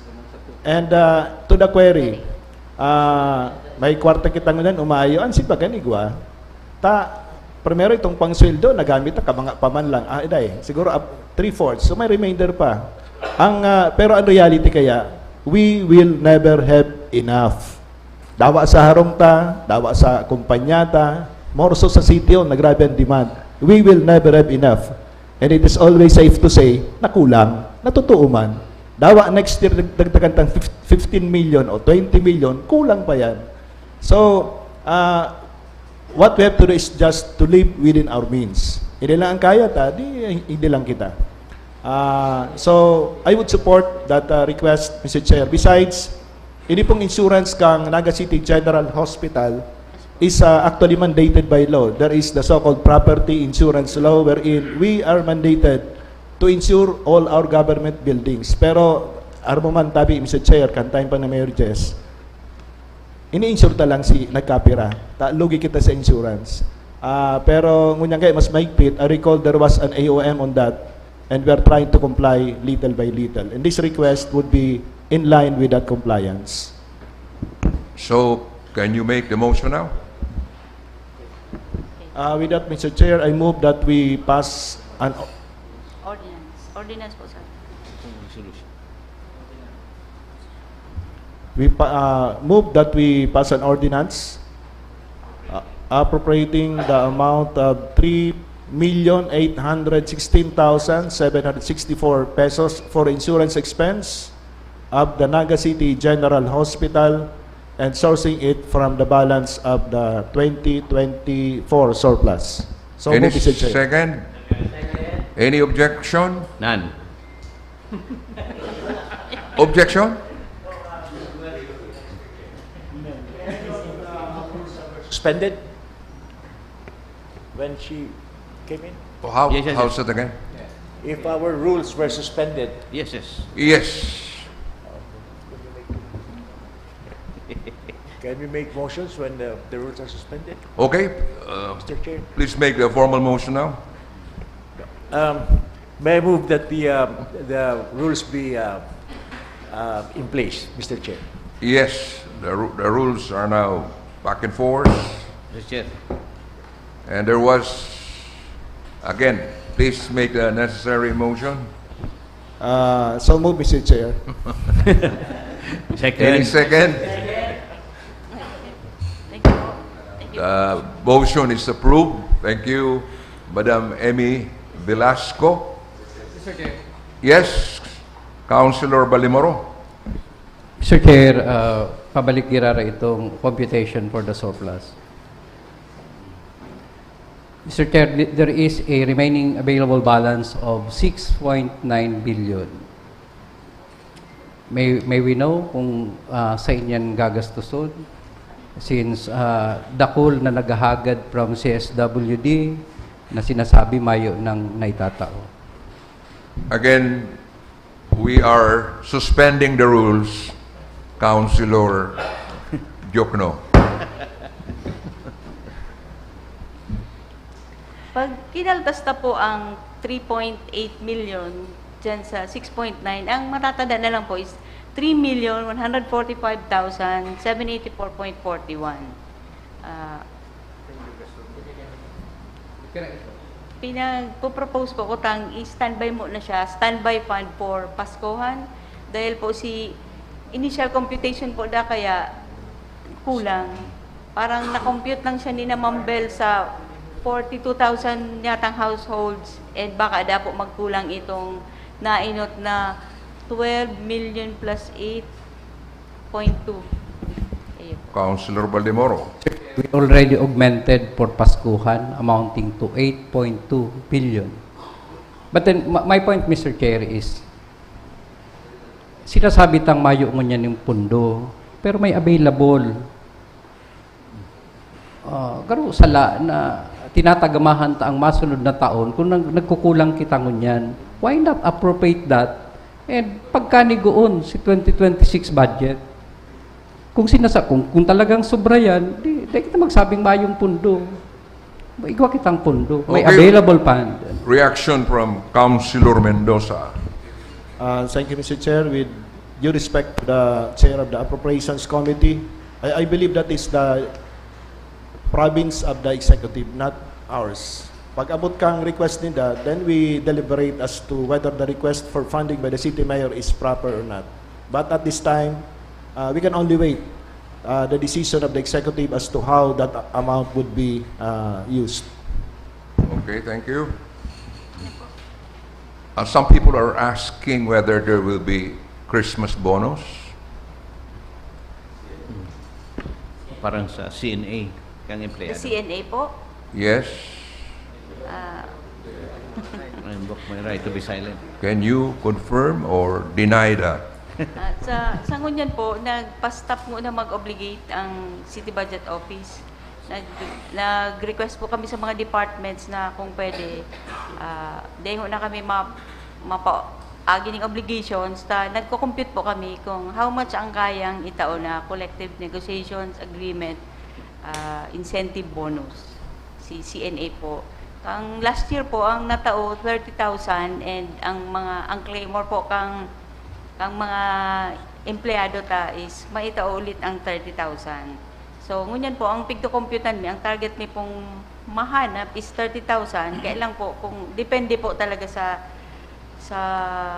gastos ninda. Kung maggrabe pa po, may mga nagpapareserve po kaya ngunyan. So in other words, may at this activities stage, no final decision has been made.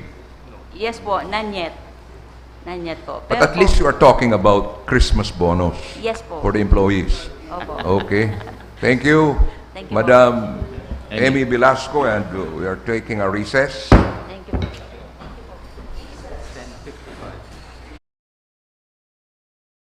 Don't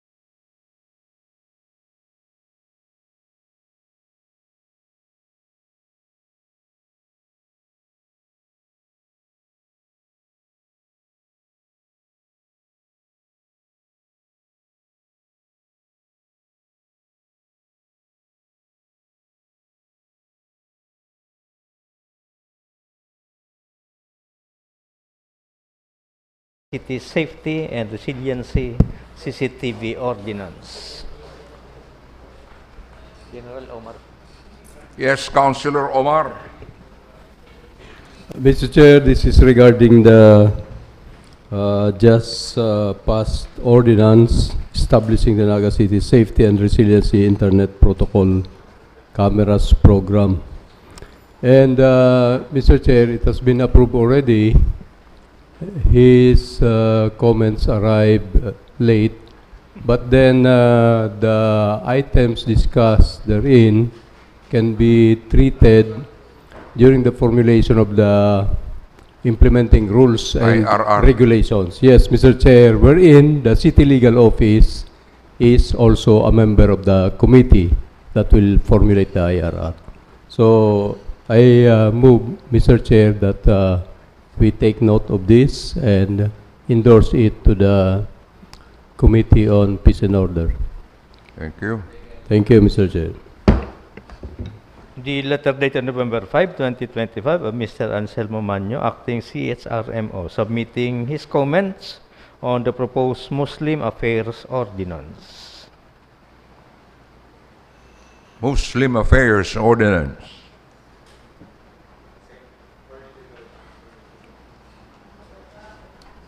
Councilor Mendoza.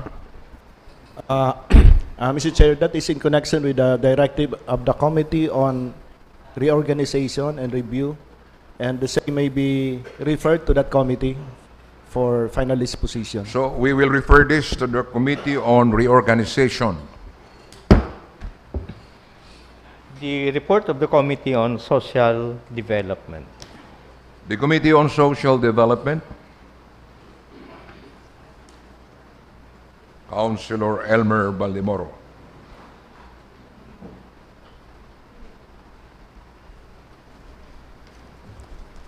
Mr. Chair, may I request for the acknowledgement of the committee report of the Committee on Social Development. Your report is duly acknowledged. There was no quorum, Mr. Chair, so may I recommend for the conversion of the plenary into the Committee of the Whole. So we convene ourselves into the Committee of the Whole.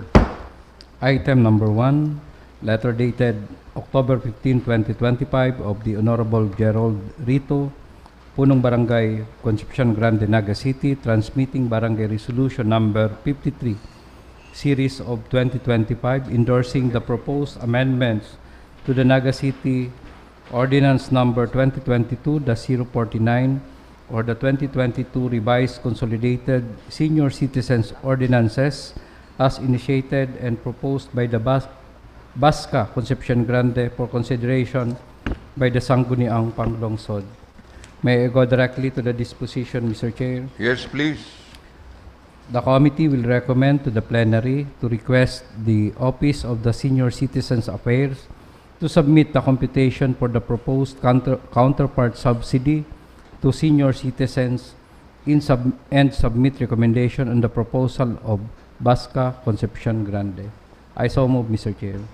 Any second? Any objection? There being none, the motion is approved.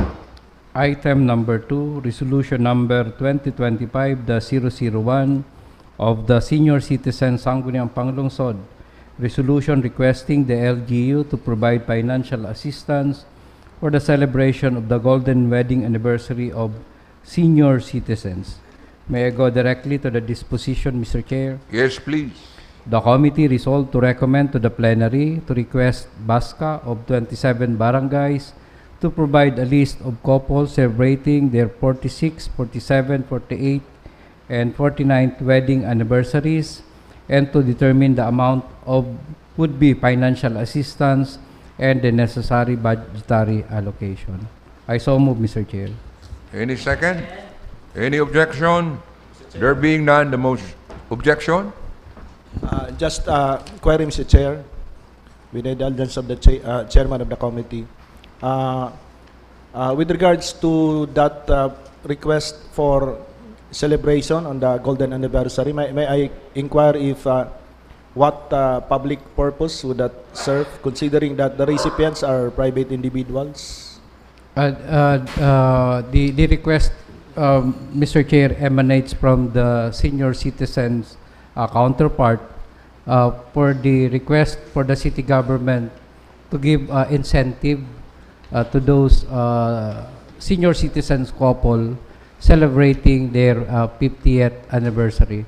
Anyway, Mr. Chair, we just recommend to the BASCA to submit the probable number of the would-be couple, senior citizen couple celebrating their 50th anniversary. So no final decision yet whether we will give or we'll just take note of the request of the senior citizens official. Thank you, Mr. Chair. So there was the motion and it was duly seconded. There was no objection. So the motion is approved. That's end my report, Mr. Chair. Thank you, Councilor Elmer Baldemoro. The report of the Committee on Land Use. Committee on Land Use, headed by Councilor Albios.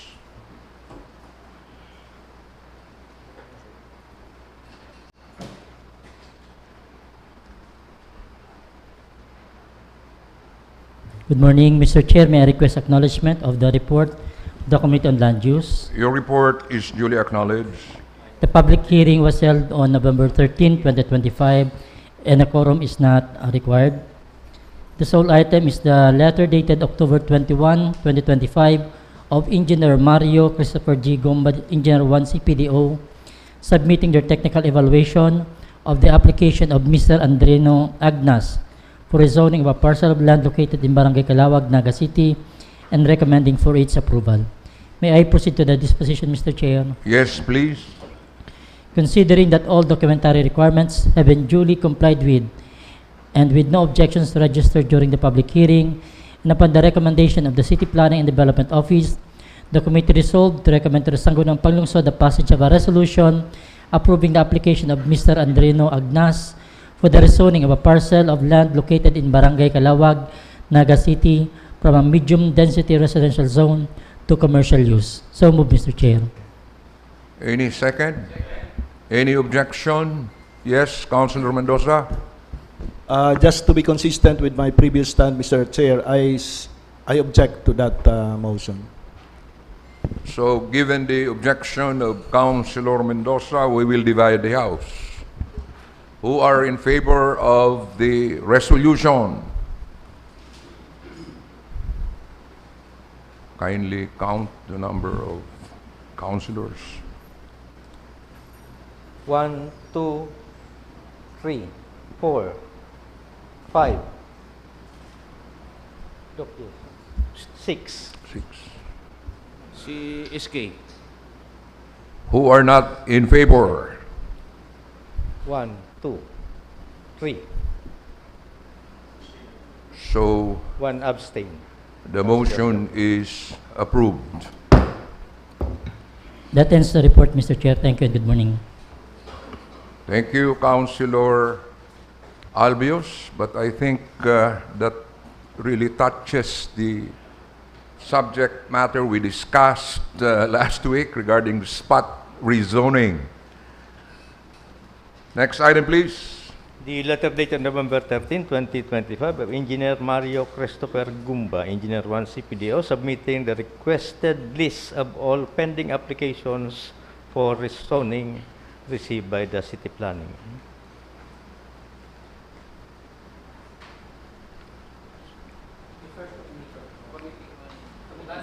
We will refer this to the Committee on Land Use.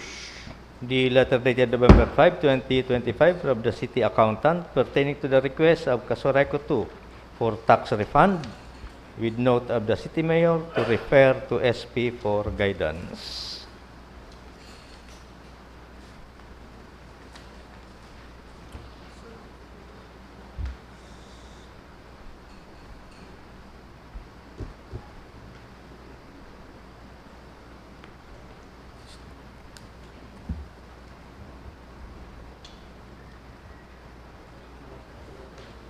Any reaction? Yes, Councilor Mendoza. This matter, Mr. Chair, refers to the request of Kasurayco 2 to be exempt from local taxes in accordance with the Republic Act number 10531. I read the RA, and it really says that cooperatives, electric cooperatives are exempt from local taxes, business and real property tax. But there is a requirement for a cooperative to avail of that benefit. It must have a certificate of compliance issued by the National Electrification Administration. I checked the submission to the Sangguniang, there is no certificate of compliance. Siguro we could request the Secretariat to scroll the page. Okay, please.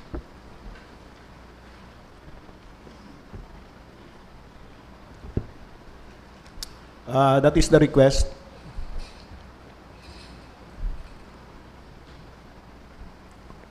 That is the official receipt of the payment of the tax, which they are requesting to be reimbursed to them. How much? 1.7? 1.08. 1.08 plus, I think there's a penalty. The other OR.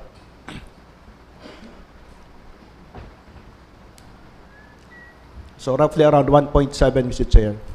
Now, the law really says that they are exempt, but one requirement is that they should present a certificate of compliance. Upon checking, there is no attached certificate of compliance.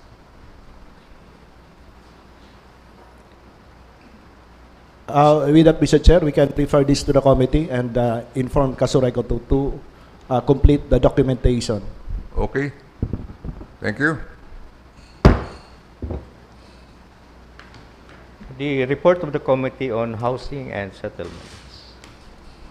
Committee on Housing and Settlements. Councilor Albios. Mr. Chair, may I request acknowledgement of the report of the Committee on Housing and Settlements. Your report is duly acknowledged. The committee hearing was held on November 7, 2025, and there was no quorum. So may I request that this body be converted into a committee of the whole. We are convening this body into the Committee of the Whole. Proposed resolution authored by Honorable David Casper Nathan Serio, requesting the national government to provide tax incentives to the city government of Naga and to other local government units in the Philippines that are actively engaged in mass housing or socialized housing projects similar to tax incentives enjoyed by the National Housing Authority under Republic Act 7279. May I proceed to the disposition, Mr. Chair? Yes, please. On motion of the Honorable Jokno, duly seconded by Honorable Serio, the committee resolved to recommend to the Sangguniang Panlungsod the approval of the proposed resolution subject to the submission of the amended version incorporating the comments and suggestions made by the committee members and the stakeholders during the hearing. So may I request that the revised copy be flashed on the screen, and Chair to recognize the Honorable Nathan Serio. Yes, Councilor Nathan Serio. Thank you, Mr. Chair, and the Chairman of the Committee on Housing and Settlement. Before us on the screen is the revised draft incorporating the suggestions and comments of the committee members when we had a committee hearing. So that's the draft. The suggestion of Engineer Campillos is included in the second whereas to identify the tax incentives being given to NHA that we, the LGUs actively involved on mass housing and socialized housing must also have. So ang katuyong kani Mr. Chair, kaning kagada na ini, mataaning kagianan sa mga urban poor beneficiaries sa housing. Na kung anong ginagastos ta digdi sa pagbakal ning daga saka so ano pa man ng mga incidental expenses, iyon yan si pigbabangaan nindang bayadan man sa tuya. So kung tawan kitang parehong pribileyo o kaya tax incentive kang national government, kaparehas kang yaon sa National Housing Authority under Republic Act 7279, Urban Development and Housing Act, matauin nining kagianan sa mga taga-digdi sa Naga, urog na ang sektor kang urbang poor na beneficiaries kang Naga. So, sa last part, itong ibang kuha na tatawan ng kopya, naka-indicate na po dyan, naka-underline sa resolve order sa last part. So, with that, kung may man pong violent reaction sa colleagues, may I move that we pass this resolution requesting the national government to provide tax incentives to the city government of Naga and other local government units in the Philippines that are actively engaged in mass housing or socialized housing projects, similar to the tax privileges enjoyed by the National Housing Authority under Republic Act 7279, otherwise known as the Urban Development Housing Act of 1992. So move, Mr. Chair. Any second? Second, on joint and collective. Joint Any collective. objection? On joint and collective. Okay, we will pass this on joint and collective motion. Item number 2 is the updates on Sitio Badang, Barangay Carayan, Naga City. May I proceed to the disposition, Mr. Chair? Yes, please. The committee resolved to request the Housing Settlement and Development Office to furnish the Sangguniang Panlungsod of the draft subdivision plan for presentation to the new contractor developer of the subject property and to the residents of Sitio Badang, Barangay Carayan, Naga City. So move, Mr. Chair. Any second? Any objection? There being none, the motion is approved. That ends the report, Mr. Chair. Thank you and good morning. Thank you, Councilor Albios. The Next item. letter dated November 13, 2025 of Ms. Army Gunay of I-Governance Program containing the consolidated feedback on the proposed ordinance institutionalizing the Naga City Youth Employment Program Ordinance. Councilor Baldimoro. May I move, Mr. Chair, to refer this matter to the Committee on Appropriation jointly with the Committee on Youth. Okay, we will be referring this matter to the Committee on Appropriations. Another letter dated November 13, 2025 from Ms. Gunay containing the consolidated feedback on the proposed ordinance on responsible pet ownership ordinance.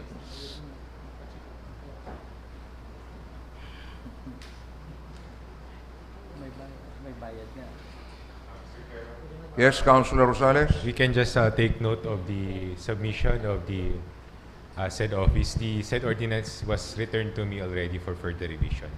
So I will just take consider Additional those material? proposals. Okay. Another letter dated November 13 from Ms. Gunay containing the consolidated feedback on the proposed ordinance on rainwater runoff mitigation.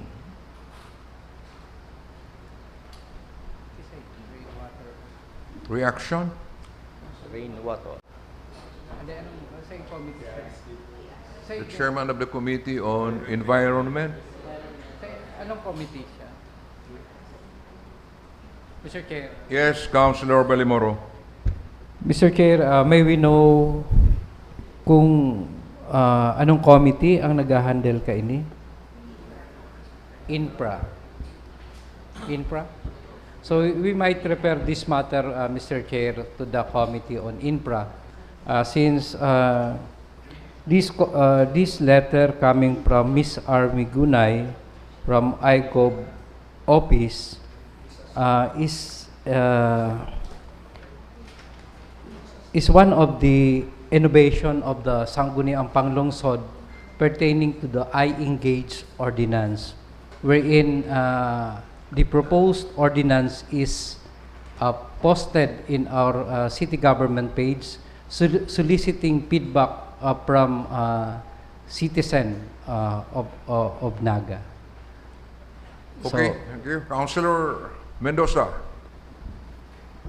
With that, Mr. Chair, may I request that that matter be referred to the Joint Committee of Infrastructure and Disaster Risk and Resiliency. Disaster risk. Any second? Second. So, any objection?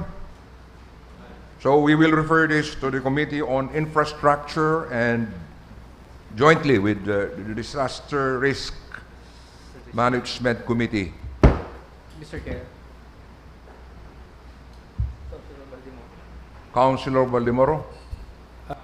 Mr. Chair, given this submission by the IGOV office, may I request for reconsideration to the disposition of the item reported by the Committee on Laws and Ordinances pertaining to the proposed ordinance of the Honorable Mendoza, the ordinance repealing a specific provision. A while ago, the Honorable Mendoza, instead of presenting this proposed ordinance, he said that this will be presented in the next session. My appeal, Mr. Chair, if this proposed ordinance will go through the I-governance program through I-Engage to be posted this on the city government page to solicit feedback from the citizens of Naga. Okay. Will that be okay with you, Councilor Mendoza?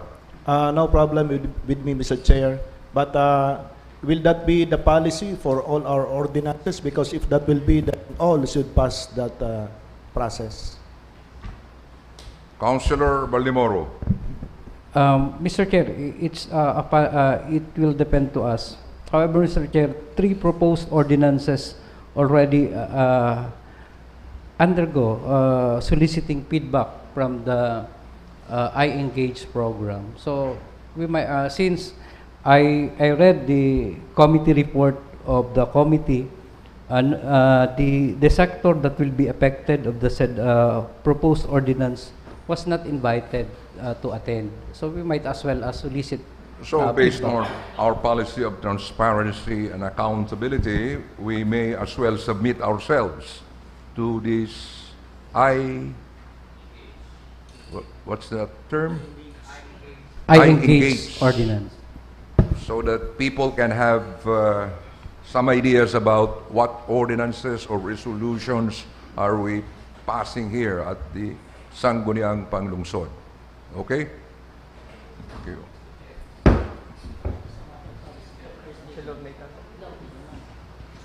Councilor Sergio? Tama po ba pagkaintindi ko na gabos na mga proposed ordinances, maagi na dyan. Iguan ang policy arugang pigapot ni Councilor Frank. Gabos na mga proposed ordinances, isusumitar tadigdi sa kunan procedure na ikunukonsulta sa pagikan ng I-Engage ordinance. Tangarig mapaata pa si mas dakulang feedback sa dakul na tao. Do you have any reaction, Councilor Baldemoro? Mr. Chair, since the Committee on Rules will draft the amended rules, we might as well as include this in the process of legislation. Okay, thank you. Next item, please. The report of the Committee on Transport. Committee on Transport headed by Councilor General Omer Buenafe.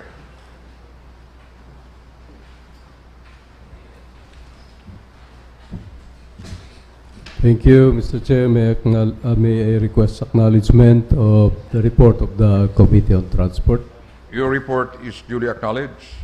The Committee on Transport conducted a committee hearing on November 11, 2025, and there was no quorum. So may I request, Mr. Chair, that we convert the So again, we convened into this the August committee body to a committee of the whole. Thank you, Mr. Chair. For the first item, a letter dated October 27, 2025 of the Honorable City Mayor requesting for an amendment to truck ban ordinance of Naga City, particularly on the truck ban window hours. For the facts and findings, the chairman informed the attendees that the City Mayor sent a letter the Sangguniang Panlungsod requesting a review and consolidation of the existing truck ban ordinances in Naga City. The request also included a recommendation to amend the current ordinances with an attached technical report providing justification for the proposed changes, including vehicle volume counts and projected impacts on traffic flow. City Mayor further recommended adjusting the truck ban time window to 6 a.m. to 8 p.m., from 6 a.m. to 8 p.m. Maps were also attached to the communication to provide a clearer understanding of the roads and corridors covered by the truck ban. In response to this request, the Committee on Transport drafted a proposed ordinance entitled An Ordinance Amending Sections 58 and 59 of Ordinance Number 2019-055, otherwise known as the Truck Ban Ordinance of Naga City, by adjusting the truck ban time window, expanding the coverage area, and providing for reasonable exemptions under regulated conditions. The proponent, Councilor, this representation, Councilor Buenape, relinquished the chair to Honorable Frank Mendoza as he presented his proposed ordinance. And this ordinance is dubbed as the amended truck ban ordinance of Naga City. May I proceed to the disposition, Mr. Chair? Yes, please. After an exhaustive discussion, the chairman, with the concurrence of the members present, manifested that the matter be elevated to the plenary for the presentation of the revised proposed ordinance, which incorporated therein the recommendations and suggestions presented during the committee hearing, and recommend for its approval on second reading. And I so move, Mr. Chair. Any objection? There being none, the motion is approved. Mr. Chair, if the body will allow, this representation can present the proposed ordinance, amending the previous ordinances on the truck ban. I request the Secretariat to flash the proposed ordinance of Councilor Omar Boniface. Thank you, Mr. Chair.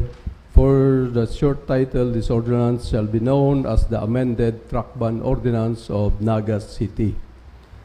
We have on Section 2, the declaration of policy. Section 3, the Section 58 of Ordinance Number 93-049 is amended to read as follows.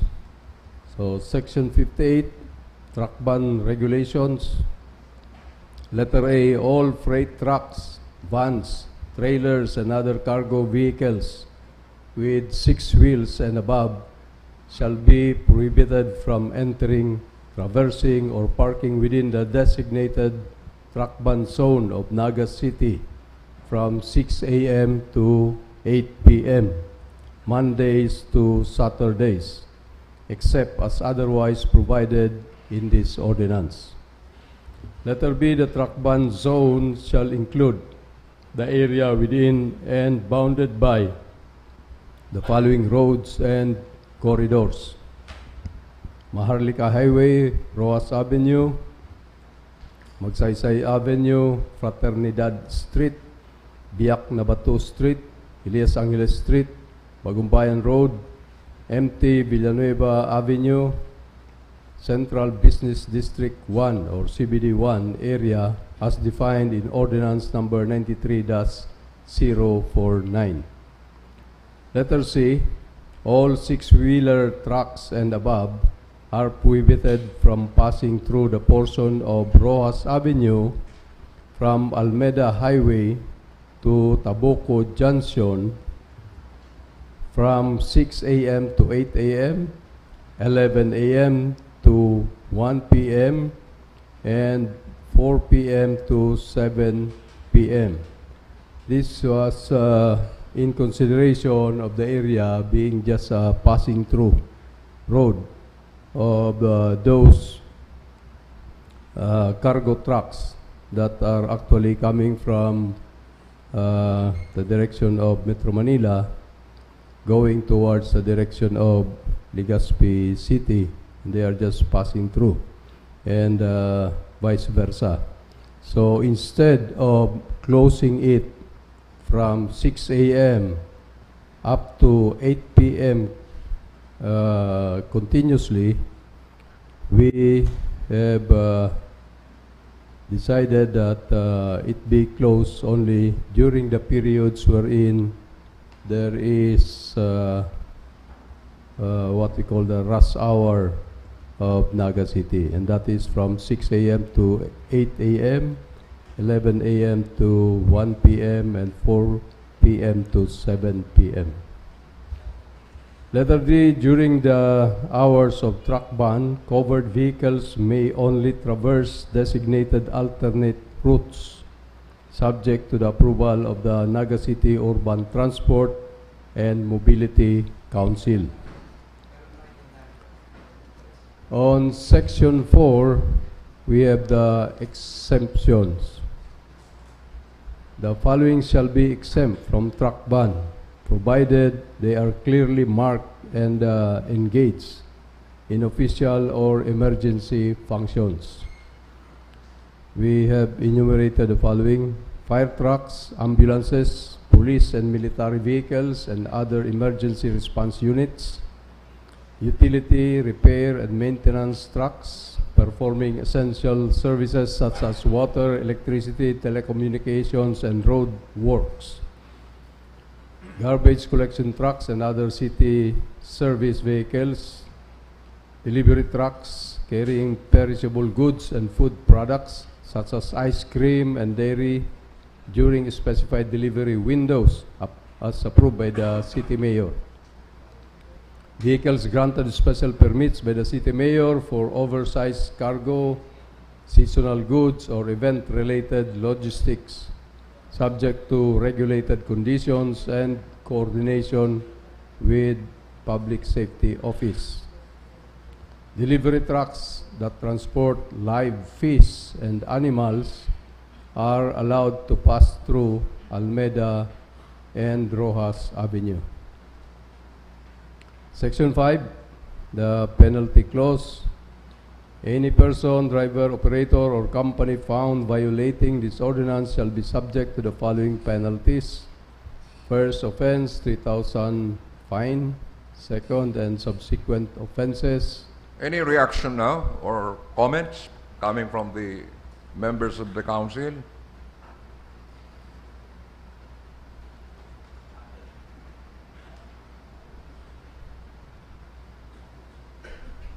No comments? Proceed, Councilor Omar. Thank you, Mr. Chair. Second and subsequent offenses, 5,000 fine and possible impoundment of the violating vehicle until settlement of the prescribed fine. The Public Safety Office shall be authorized to issue implementing guidelines for citation and enforcement. On Section 6, the implementing rules and coordination. The Naga City Urban Transport and Mobility Council and the Public Safety Office shall promulgate implementing guidelines to ensure proper enforcement of this ordinance and shall coordinate with concerned barangays, the Naga City Police Office, and the Land Transportation Office for its effective implementation.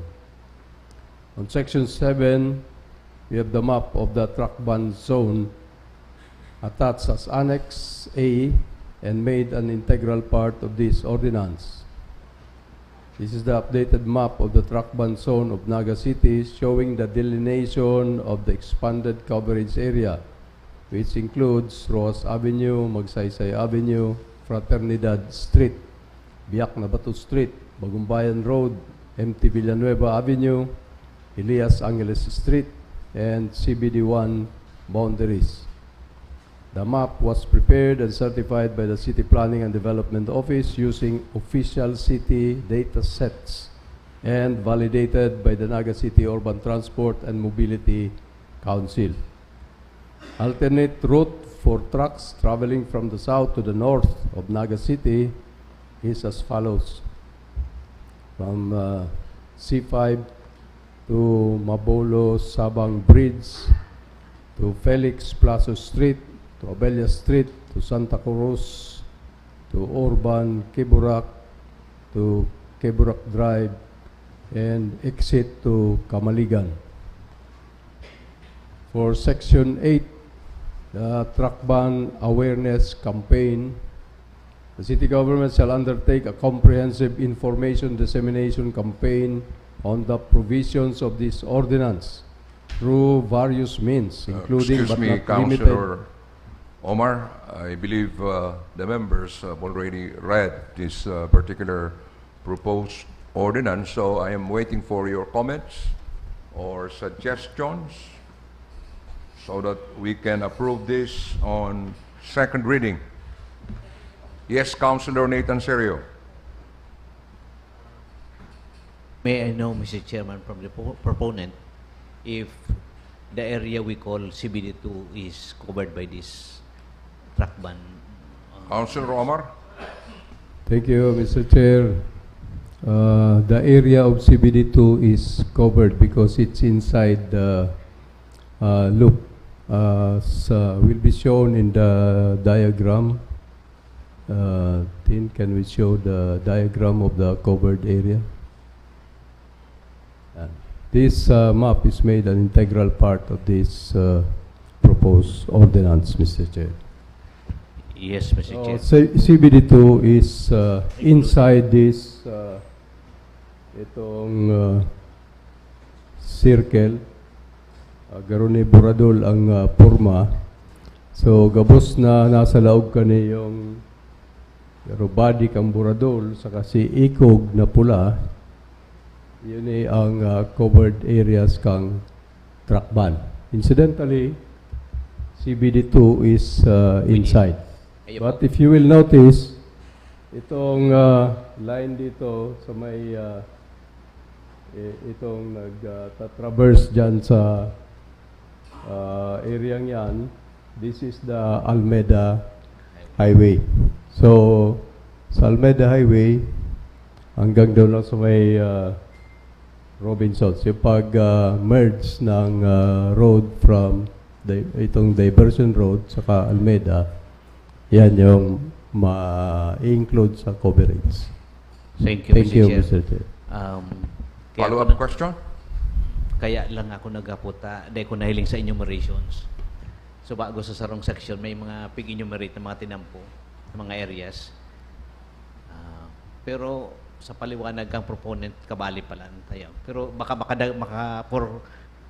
para malinaw sa gabos, baka makatabang kung idagdag siya duman sa pig-identify na mga areas. Duman sa sarong section. Okay, Councilor Omar. Mr. Chair, it's stated in Section 3. In the amended Section 58, Truck Ban Regulations, letter B, it states that the truck ban zone shall include the area within and be bounded by the following roads and corridors. So, considering, Mr. Chair, that itong na-enumerate dito encloses the area of CBD2, kasama po yung CBD2. Councilor Aris Macaray, please.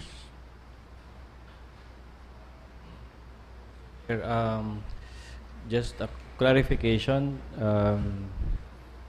The exempted vehicles, for example, Goldilocks, after how long are they allowed to enter the zone? And after they have accomplished their purpose, how long are they still allowed to stay on the zone, Mr. Chair? Councilor Buenafe. Thank you for the question. In Section 3, the amendment to Section 58. Letter A, all freight trucks, vans, trailers, and other cargo vehicles with 6 wheels and above shall be prohibited from entering, traversing, or parking within the designated truck ban zone of Naga City from 6 a.m. to 8 p.m. So, unlimited, basta luwas dyan sa 6 a.m. to 8 p.m. But So, they should be out kung siyempre ta prohibited sinda mag-park digdi sa laog kang area. Yes, Mr. Chair. The exemption is given by the PSO, The city mayor, the city mayor. Mr. Chair.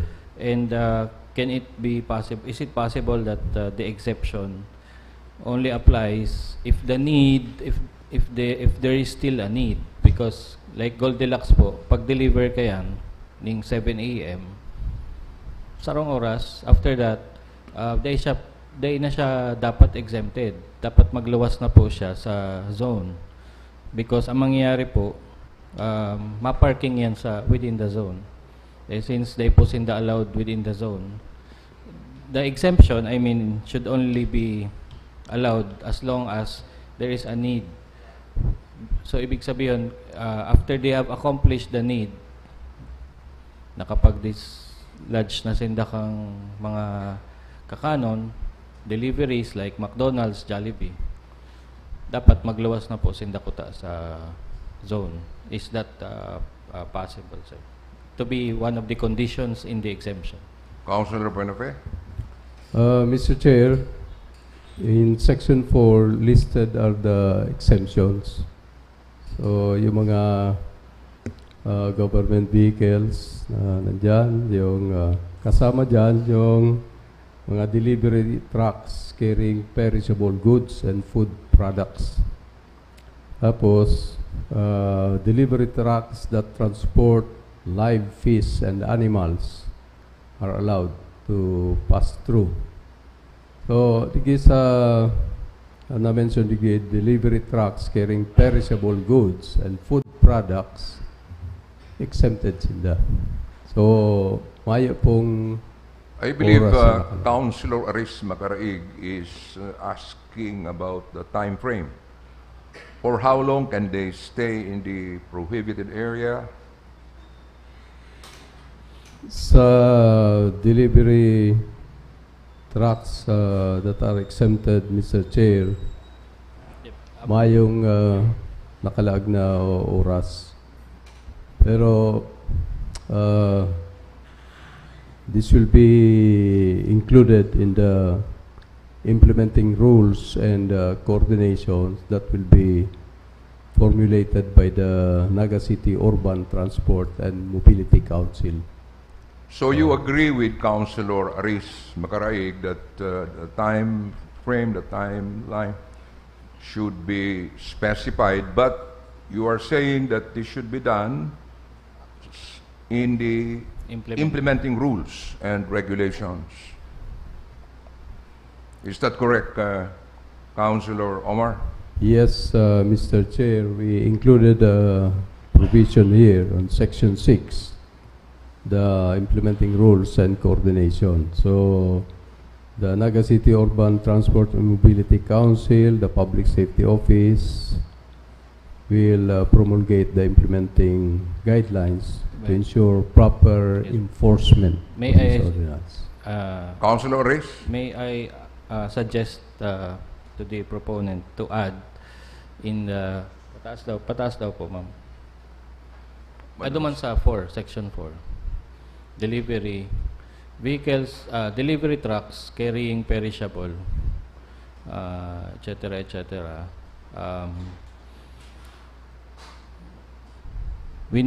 Delivery windows approved by the city mayor, subject to the conditions that may be set forth in the implementing rules, Mr. Chair, which we foresee as one of the conditions that pag na-deliver mo naman si goods, sumali ka na dyan.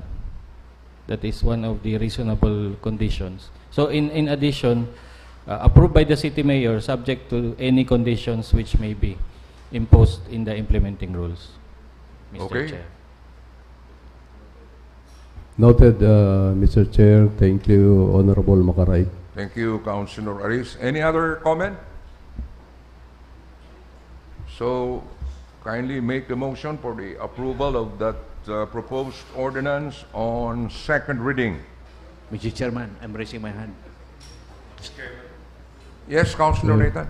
Thank you. Pwedeng pahiling itong Section 5? Penalty clause.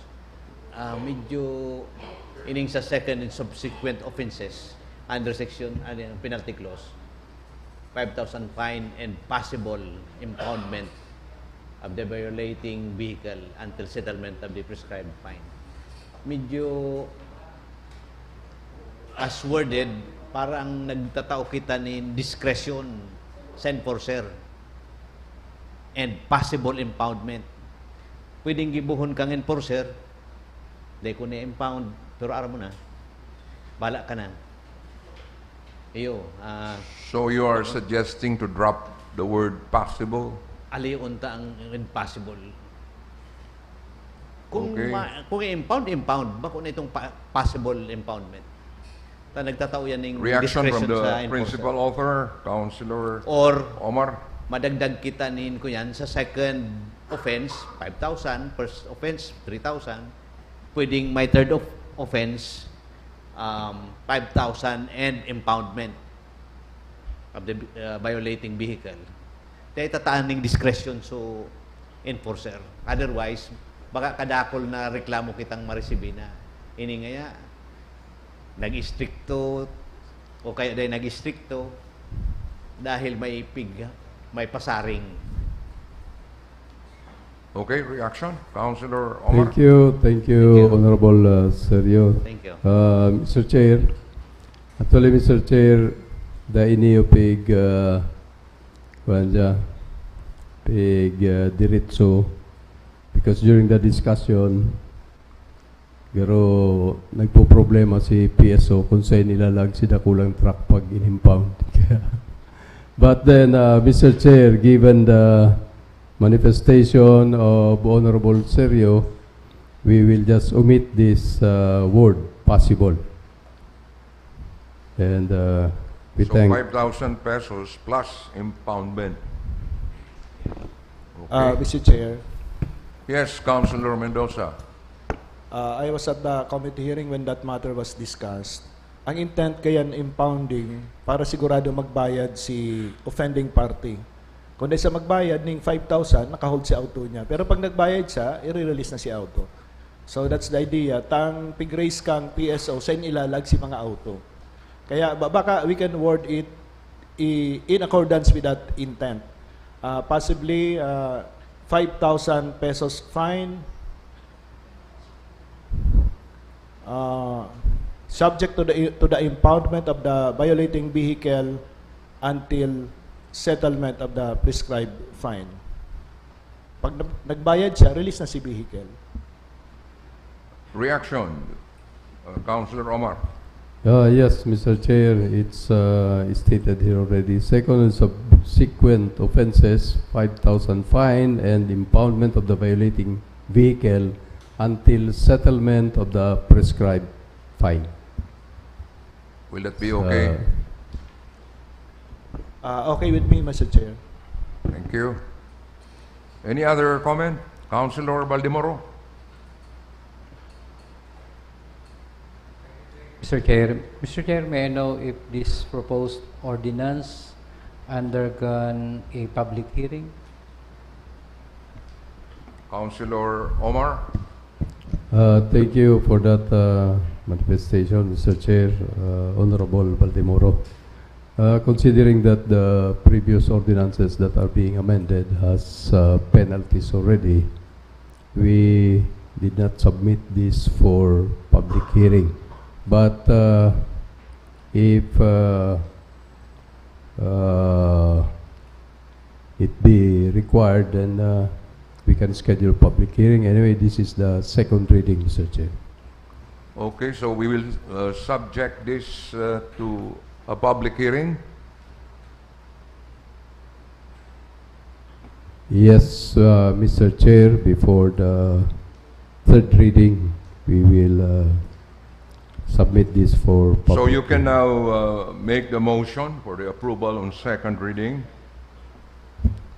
Mr. Chair, honorable colleagues, I, the proponent of this proposed ordinance, moves for the approval on second reading with the consideration of the recommendations and manifestations of this body. So I so move for approval on second reading. Second. Mr. Chair, point of order. Yes, Councilor Mendoza. I believe, Mr. Chair, it may be premature to approve this on second reading prior to the public hearing. Pag na-approve na sa second reading, actually, garo administrative matter na lang si third reading eh. Manang babaguhon. So, we can approve this on second reading after the public hearing. Okay. So I think it's a wise move that this particular proposed ordinance must undergo a public hearing first before it should be submitted for approval on second reading. I concur to that, Mr. Chair. Thank you. Okay. Thank you. So, continuing the report, the second item is the proposed ordinance authored by Councilor Melvin Ramon Buenafe regulating the use of public roads in the city of Naga by slow-moving vehicles and directing the use of the outermost lane for such vehicles on two-way public roads and for other purposes. May I proceed to the disposition, Mr. Chair? Yes, please. The chairman, with the concurrence of the members present, manifested that the matter be elevated to the plenary with the recommendation to direct the Sangguniang Panlungsod Secretariat to furnish the concerned offices such as PSO, NCPO or Naga City Police Office, LTFRB, LTO, Naga City Bike Board, and e-bike and motorcycle organizations with a copy of the proposed ordinance for their comments and recommendations and to submit the same within 10 days from receipt thereof. And I so move, Mr. Chair. Any second? Any objection? There being none, the motion is approved. Third item, the proposed ordinance authored by Councilor Melvin Ramon Buenafe, rationalizing the registration and use of e-bikes or micro-mobility vehicles in the city of Naga, amending for the purpose City Ordinance Number 2023-030, an ordinance requiring the registration of e-bikes in the city of Naga. May I proceed to the disposition, Mr. Chair? The chairman, with the concurrence of the members present, manifested that the matter be elevated to the plenary for the presentation of the revised proposed ordinance incorporating therein the recommendations and suggestions presented during the previous committee hearings and recommend for approval on second reading. So, I so move, Mr. Chair. Any second? Any objection? There being none, the motion is approved. Mr. Chair, this proposed ordinance has undergone committee hearings, and the most recent was on November 11, 2025. And may I present this, Mr. Chair, for the appreciation of the body of this final revision of the ordinance, or the latest revision of the proposed ordinance. This is an ordinance rationalizing the registration and use of e-bikes or micro-mobility vehicles in the city of Naga, thereby amending City Ordinance Number 2023-030 entitled An Ordinance Requiring the Registration of E-Bikes in the City of Naga, providing guidelines and penalties for its implementation and other purposes. And Ordinance Number 2024-113 entitled An Ordinance Amending Section 4 of Ordinance Number 2023-030, providing guidelines and penalties for its implementation and for other purposes. May I proceed to the salient discussion of the provisions, Mr. Chair. Okay, please. So, in the whereas portion, we established the legal basis. And for Section 1, we have the definition of terms for the definitions of light electric vehicle, e-bike, e-trike, e-scooter, micro-mobility vehicle, public roads, resident, colorum, public utility vehicle operation, registration, and permit to operate. For Section 2, we have the guidelines on registration of e-bikes in Naga City, which amends the Section 4 of Ordinance Number 2023-030. And it is hereby amended to now read as follows. Letter A, registration shall be facilitated by the City Treasurer's Office through the Naga City Bike Board. The following shall be presented upon registration. Number 1, government issued ID with picture and address. Number 2, voter certificate of or voter certificate or utility bill as proof of residency in Naga City. Number 3, proof of ownership. Number 4, certificate of attendance in road safety seminar conducted by the City Government of Naga through the Naga City Bike Board. And number 5, registration and renewal of registration shall be done in person by the owner or operators. Letter B, e-bikes registered in Naga City shall be operated only within the limits of the city's territory. Unregistered e-bikes are prohibited in public roads and major thoroughfares of Naga City. Letter C, e-bikes registered by other LGUs shall be subject to city ordinances and regulations when in Naga.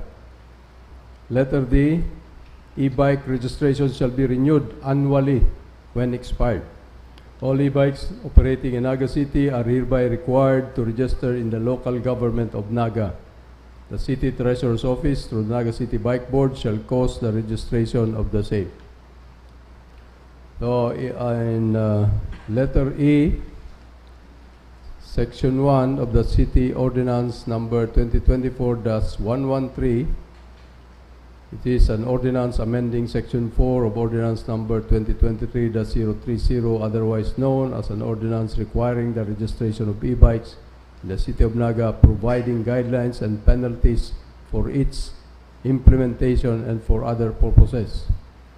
Is also amended to read as follows.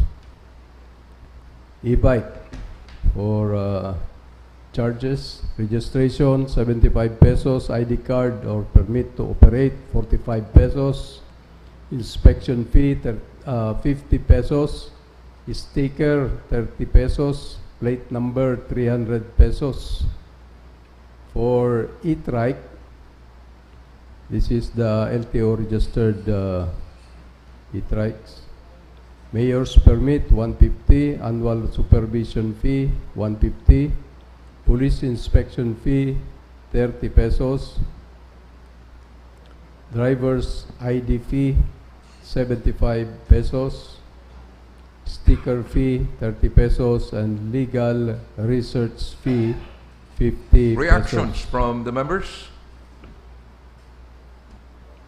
So that Councilor Omar will not be reading it word for word. Yes, Councilor Gayla Bonal Gomez. Given those fees, I believe this will also have to go through public hearing. So therefore, we await for the recommendations during the public hearing before our... So you are suggesting that we will subject this to a public hearing? Because there are fees, Mr. Chair. So kindly make the motion. May I move, Mr. Chair, that this proposed ordinance go through a public hearing and we suspend the approval of such ordinance until the public hearing has been conducted. Any second? Mr. Chair, may I Yes, inform... Councilor Omar. Thank you, Mr. Chair. May I inform the body that in the amendment, the same amount or charges was adopted from the previous ordinance. Only the definition of that fee was revised. Like, for example, instead of the previous...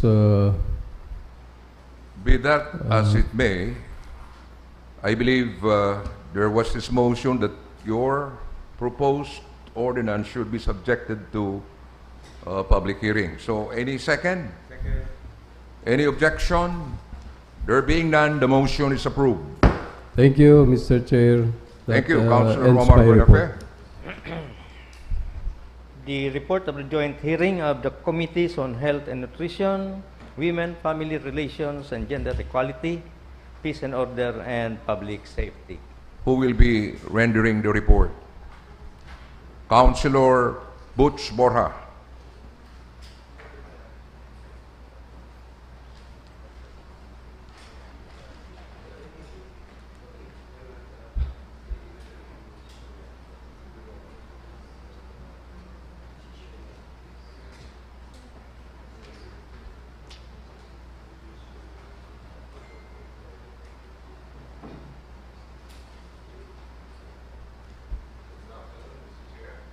Good afternoon.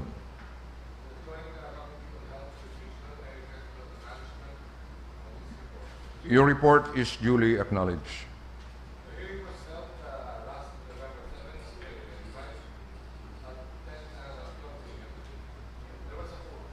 There was a quorum. Okay, thank you. The first is proposed ordinance by Honorable Gail Abunal and City Councilor Maria Nilda de Guzman, entitled Proposed Local Emergency Response Ordinance for Persons with Mental Illness, Prevention of Violent Acts, and Assignment of Responsibility for Care, and Liability to Immediate Family, Legal Guardian, and Nearest Kin. May I go to directly to this position, Mr. Chair? Yes, please. After extensive deliberation, the matter on the motion of Honorable Nathan Serio, seconded by Honorable Jess Albios, and the committee resolved to recommend the Sangguniang Panlungsod to defer the matter pending integration on the draft ordinance, the herein suggestion and further refinement of the proposed ordinance. So moved. Any objection? There being none, the motion is approved. Second, in the agenda, updated letter from Mr. Melvin S. Del Puerto, Nagalis Foundation Board of Trustees, providing a program proposal for offering the Certified Nursing Assistant Program by the Naga City College Foundation, expressing their desire for an opportunity to discuss their proposal. May I go directly to disposition? Yes, please. On motion of Honorable Nathan Serio, duly seconded, the committee resolved to recommend to the Sangguniang Panlungsod to refer the matter to Education, Scholarship, and Sports Office or ESO to study the proposal and if the city could include program granting scholarship grants to some Nagueños on their program offered by the Naga College Foundation. Furthermore, Honorable Frank Mendoza suggested that another letter be sent to the hearing proponent to indicate their specific request from the city government of Naga. So moved, Mr. Chair. Any objection? There being none, the motion is approved. Third, resolution number 2025-013 on the 2025 of the 2025 City Youth Sangguniang Panlungsod, intensifying the implementation of all programs initiative under ordinance number 2021-025 to ensure the full institutionalization and strengthening the mental health care services,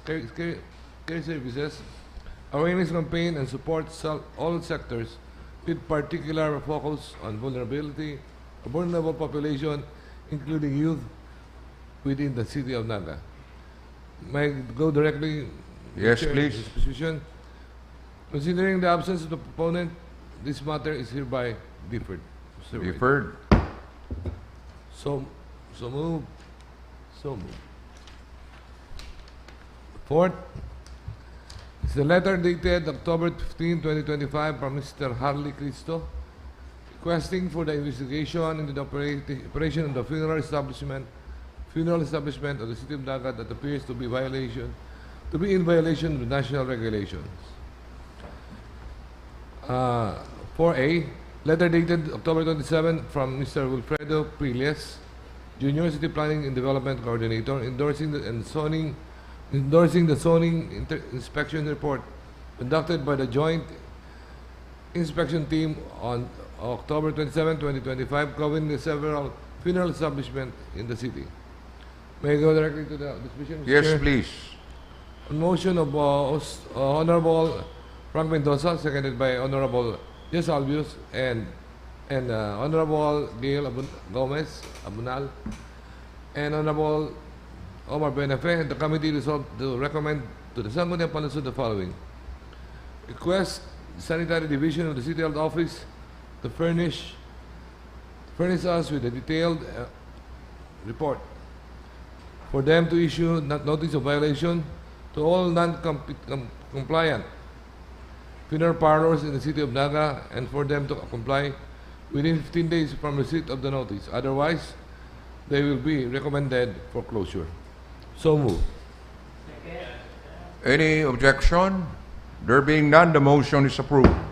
The fifth and the final item is proposed resolution authored by by Honorable Nathan Serio and yours truly, respectively urging the Department of Budget and Management to respond favorably to the August 18, 2025 letter request of the Philippine Association of Local Government Accountants, seeking the issuance of the policy clarification that will resolve the impasse of the local government unit on the release of the PhilHealth Consultant benefit for health professionals and workers.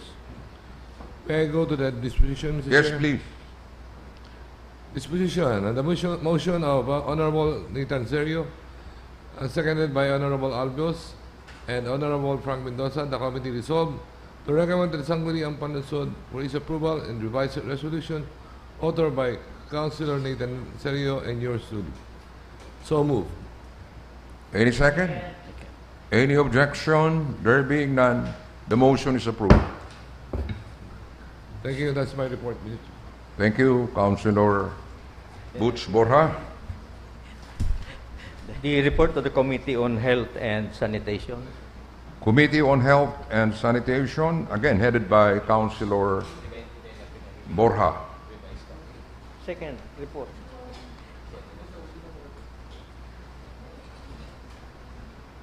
What happened to the report of Councilor Borja? Next week,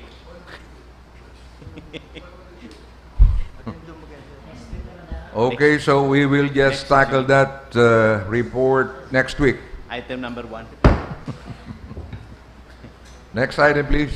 The letter dated November 14, 2025 from the City Planning submitting the breakdown of the local development fund contained in the conditionally approved annual investment program. Reaction. Councilor Baldemoro. Mr. Chair, we already approved the annual investment program, and we just requested the submission of the detailed item for the LDF. Okay, thank you.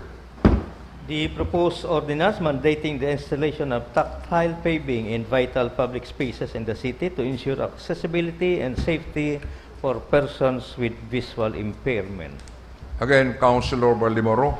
Mr. Chair, as chairman of the Committee on Social Development, part of that is the persons with disability. I submitted a recommendation or proposal to the proposed ordinance of the Honorable Wilfredo Jujo. How's that again? So this is just a proposal Okay, to the submitted ordinance of the Honorable Jujo. okay. Next item, please. The report of the Committee on Appropriations. The Committee on And Appropriations, headed by Education. Councilor Baldemoro and not Councilor Mendoza. Mr. Chair, may I move for the acknowledgement of the committee report? Your report is duly acknowledged. Mr. Chair, at first, it is a joint committee with the Committee on Education. However, the letter sender, the President of the City College of Naga, is absent together with the Chairman of the Committee on Education. So we just resolved to defer consideration of the matter pertaining to the joint committee, and we proceed for the committee hearing of the Committee on Appropriation, and there was a quorum. Okay. Item number 2, letter dated October 3, 2025 of Mr. Jaime Reblando, the OSCA head, requesting for the realignment of the amount of 1.8 million from MOOE to capital outlay, which will be used for the purchase of a multipurpose vehicle and other fitness equipment for the Senior Citizens Center. May I go directly to the disposition, Mr. Chair? Yes, please.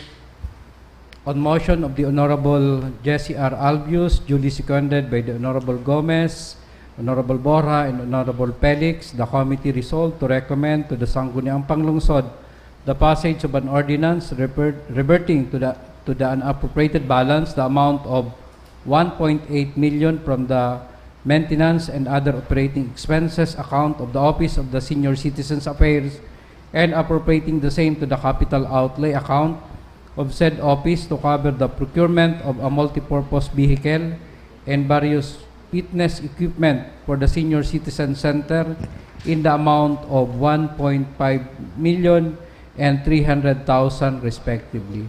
I so move, Mr. Chair. Any second? Second. Any objection? There being none, the motion is approved. Resolved further, Mr. Chair, to recommend the passage of a resolution authorizing the purchase of one unit service vehicle for the use of the Office of the Senior Citizens Affairs in the amount of 1,500,000 pesos, chargeable against the current appropriation of the same office. I so move, Mr. Chair. Any second?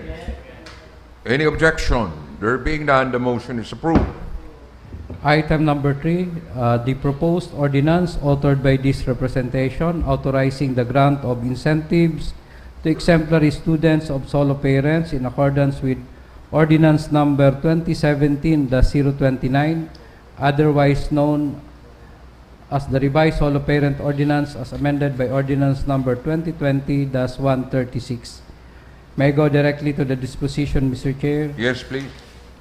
On motion of the Honorable Hilda Gail Abunal Gomez, duly seconded by Honorable Baldemoro and Honorable Felix, the committee resolved to recommend to the Sangguniang Panlungsod the passage of an ordinance authorizing the grant of incentive to exemplary students of solo parent in accordance with Ordinance Number 2017-029, otherwise known as the Revised Solo Parent Ordinance, as amended by Ordinance Number 2020-136, subject to the submission of a letter from the City Social Welfare and Development Office certifying that no PPAs will be affected by the appropriation provision of the proposed ordinance.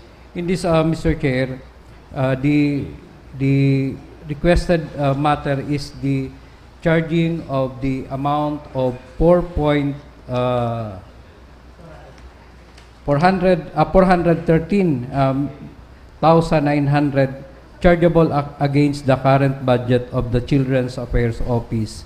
And this recommendation to request for certification from CSWD, since the item in the Children's Affairs Office is the item from the Naga City Children's Home repair and renovation. However, Mr. Chair, upon inquiry to the CSWD, the appropriation for Naga City Children's Home will be used for the renovation. So we again asked the Children's Affairs Office for a source of fund, and they identified the training expenses. May we request to Ms. Tin to place on screen the certification from the Children's Affairs Office certifying that there is an available fund from the training expenses, certified by Ms. Glyza Nasayaw and noted by former Councilor Ray and Cedric Rintoy as the supervising officer of the said office. Iling tabitin, pati signatory. So with that, Mr. Chair, may I move for the passage of an ordinance granting the incentive to exemplary student of solo parents chargeable against the current budget of the Children's Affairs Office. Any second? Second. Any objection? Objection?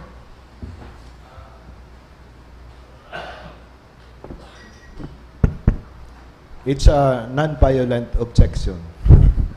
My query, Mr. Chair, in keeping with the earlier manifestation of the good chair of the Committee on Appropriation that ordinances passed through IGOB, in compliance with the I-Engage ordinance, may I ask if these and other related ordinances have passed through IGOB?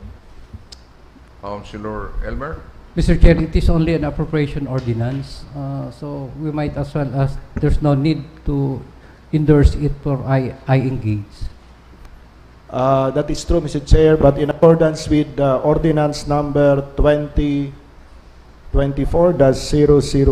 authored by no less than Councilor Oying Rosales, it says that all resolutions and ordinances should be posted on the city website 3 days from its initial presentation before the Sangguniang Panlungsod. It's on the screen. Section, what is? Sa taas pa. Yan. Publication of proposed resolutions and ordinances.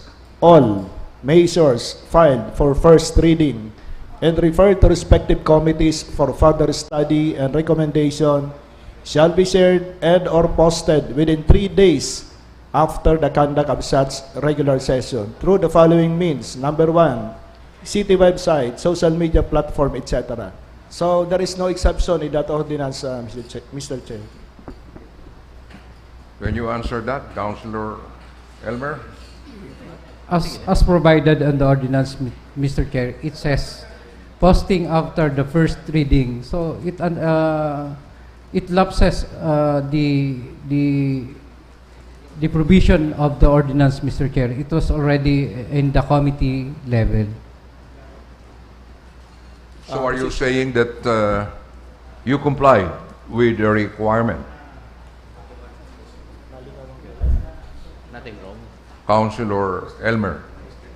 No, Mr. Chair, it was already referred to the committee. So, It was already referred to the committee. yes. Councilor Mendoza. I personally, Mr. Chair, I have no problem with that because as the good councilor Elmer has said, garo nakaagi na itong mandated period to post. In that case, that would also apply to all other ordinances that have similarly passed that mandated period, including the proposed ordinance on mandatory appropriations. Reaction? Mr. Chair, on the proposed mandatory appropriation, I request for a reconsideration. So, I thought it is amenable. So, I requested to be posted in the I-Engage.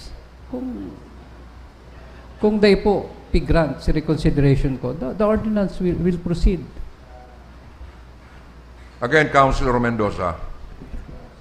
Mr. Chair, actually, I don't have any problem posting it on our website. But we have to be consistent. If there is a rule, then we follow the rule.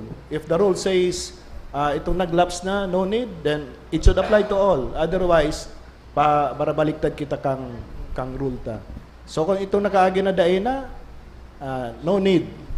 Kung itong dae pa, then it should follow the I-Engage ordinance. Pero in truth, that would add that would lengthen the approving process of our resolutions and ordinances. So are you saying that we cannot approve the measure right now because this was not posted? The issue, Mr. Chair, is that there is a period wherein posting is required, but that period has already passed. I think I'm not in a position to declare whether we have the rule. Yes. But the problem is, as stated by Councilor Baldemoro, the period had lapsed. Yes. Then we can Using the same argument. let those ordinances and resolutions that had gone past the period, the deadline, to let them be. But all those forthcoming resolutions and ordinances are now subject to the I-Engage ordinance. Okay, okay. Proceed. So may I go directly, Mr. Chair? So may I move for the passage of a resolution charging the said measure to the Children's Affairs Office. Any second? Second. No objection? There being none, the motion is approved. But I believe we really need to stick to the rule as stated in the ordinance principally authored by Councilor Oying Rosales. Next item, please. Item number 4, letter dated October 27, 2025 of Frances Chica, Prime Minister of the Naga City Science High School debate team, requesting for financial support to help their team participate in the Philippine Schools Debate Championship on December 4 to 7, 2025 in Quezon City. May I go directly to the disposition, Mr. Chair? Yes, please. The committee resolved to recommend to the Sangguniang Panlungsod that the request of the Naga City Science High School debate team for financial assistance to support their participation in the Philippine Schools Debate Championship on December 4 to 7, 2025 in Quezon City be referred to the City Mayor's Office for appropriate action. I so move, Mr. Chair. Second. Any objection? There being none, the motion is approved. Item number 5, first endorsement dated October 30, 2025 of the Acting City Budget Officer forwarding the 2026 annual budget of the Sangguniang Kabataan o Barangay San Francisco, Naga City as approved under SK Resolution number 027 series of 2025 involving the amount of 490,792 pesos for review. May I go directly to the disposition, Mr. Chair? Yes, please. On motion of the Honorable Jesse R. Albius, duly seconded by the Honorable Borja and Honorable Felix, the committee resolved to recommend to the Sangguniang Panlungsod the passage of a resolution declaring the 2026 annual budget of the Sangguniang Kabataan o Barangay San Francisco, Naga City for calendar year from January 1 to December 31, 2026 as embodied under SK Resolution number 027-2025 involving the amount of 490,792 pesos as effective and operative in its entirety. I so move, Mr. Chair. Any second? Second. Any objection? There being none, the motion is approved. Item number 6, first endorsement dated November 3 of the Acting City Budget Officer forwarding the 2026 annual budget of Sangguniang Kabataan o Barangay Balatas, Naga City as embodied under SK Resolution number 2025-020 involving the amount of 1,823,342 pesos and 70 centavos for review. May I go directly to the disposition, Mr. Chair? Yes, please.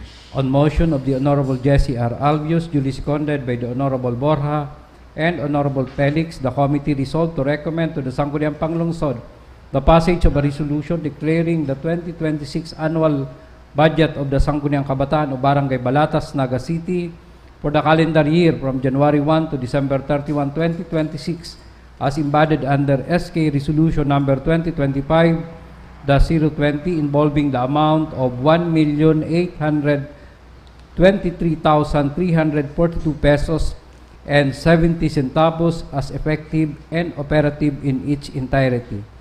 I so move, Mr. Chair. Any second? Any objection? There being none, the motion is approved. Resolve further, Mr. Chair, to recommend the passage of a resolution commending the Sangguniang Kabataan o Barangay San Francisco and Sangguniang Kabataan o Barangay Balatas for the early submission of their respective 2026 annual budget. There are the first two SK who submitted the annual budget for the year 2026. I so move, Mr. Chair. And collective. Item number 7, letter dated October 7, 2025, Upunong Barangay Angelo Bendiola of Igualdad City, requesting for the release of the Barangay Support Fund for calendar year 2024 and 2025. Attached is the letter dated November 3, 2025 of the Acting City Budget Officer, submitting the balances of Barangay Support Fund for 2024 and 2025 and the certification of availability of appropriation for the current year. May I go directly to the disposition, Mr. Chair? Yes, please. The committee resolved to refer this matter to the City Mayor's Office for their appropriate action. I so move, Mr. Chair. Any second? Second. Any objection? There being none, the motion is approved. Item number 8, letter dated September 3, 2025, Upunong Barangay Corazon Peñaflor of Barangay Calawag, requesting for the reallocation of the 20,000 intended for financial assistance by the city government to Barangay Calawag for the Barangay Day celebration to cover the unpaid obligation incurred for the 2022 Barangay Day celebration. May I go directly to the disposition, Mr. Yes, Chair? please. The committee resolved to refer the matter to the City Accounting Office for review and recommendation. I so move, Mr. Chair. Any second? Any objection? There being none, the motion is approved.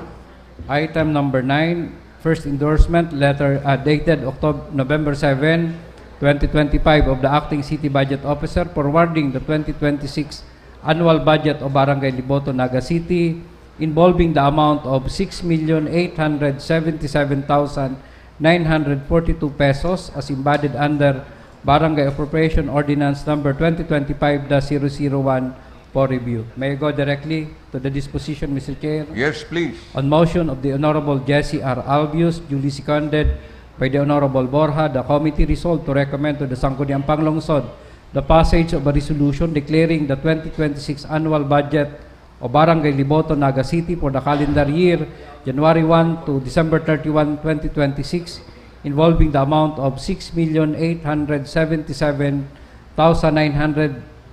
pesos as embodied under Barangay Appropriation Ordinance Number 2025-001 as effective and operative in its entirety.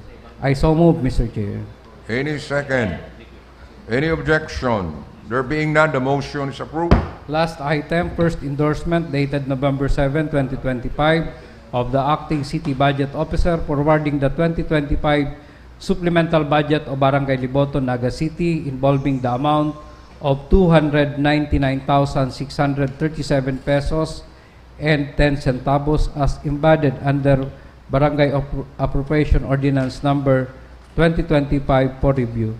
In this particular matter, Mr. Chair, the Sangguniang Barangay o Barangay Liboton submitted a revised ordinance having the Barangay Appropriation Ordinance Number 2025-002.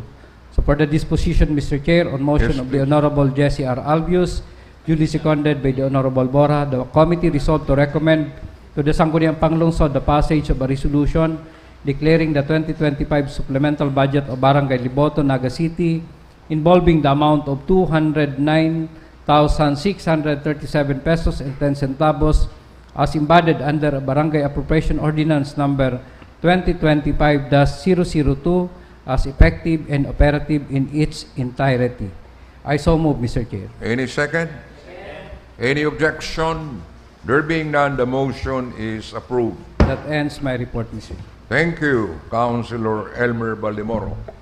New business, the endorsement from the Acting City Budget Officer forwarding the annual budget of Committee Barangay on Appropriations. The letter dated November 5 from Engineer De Loiras of DPWH. Committee on Infrastructure. The endorsement from the Trimobile Task Force endorsing the application for Trimobile franchise. Transport Committee. The letter from Mr. Mark Vinson Dig, Raceland Food Industries, requesting a special permit for the truck on the implementation Transport of truck ban. Committee. The endorsement from the Budget Officer forwarding the supplemental budget of Barangay Dinaga. Appropriations. The proposed ordinance of Honorable Gomez establishing a regularization mechanism and framework for long-serving casual Organizational Development. Yes, Councilor Gail Abunal Gomez. Yes, Mr. Chair, with the indulgence of the Committee on Rules, I requested this ordinance to be, I submitted this ordinance. Committee to on the Rules, Secretariat. please take note. Yesterday. You are conducting your own session there. Mr. Chair, again, with the indulgence of the Committee on Rules, there's another proposed ordinance that actually goes together with this proposed ordinance. May I request, Mr. Chair, that this be included in under new business, Mr. Chair.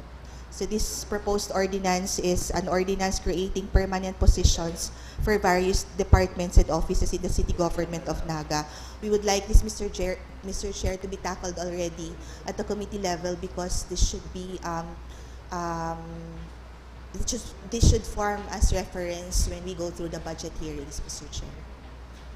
So that's under the new New business? business, Mr. Chair.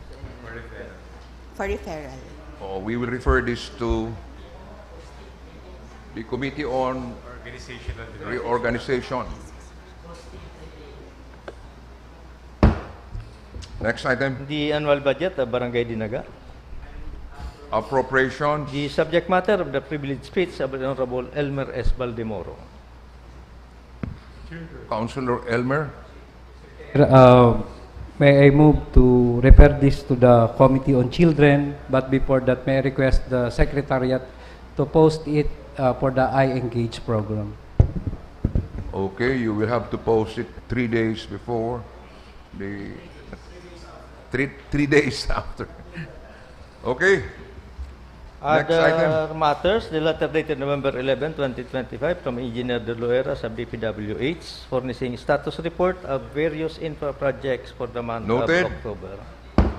The letter dated November 14, 2025 from Carpio and Carpio Law Office. Urgent request for documents, Jimenez Mariano property, City Hall compound and Civic Center. Noted. Yes, Councilor Baldemoro.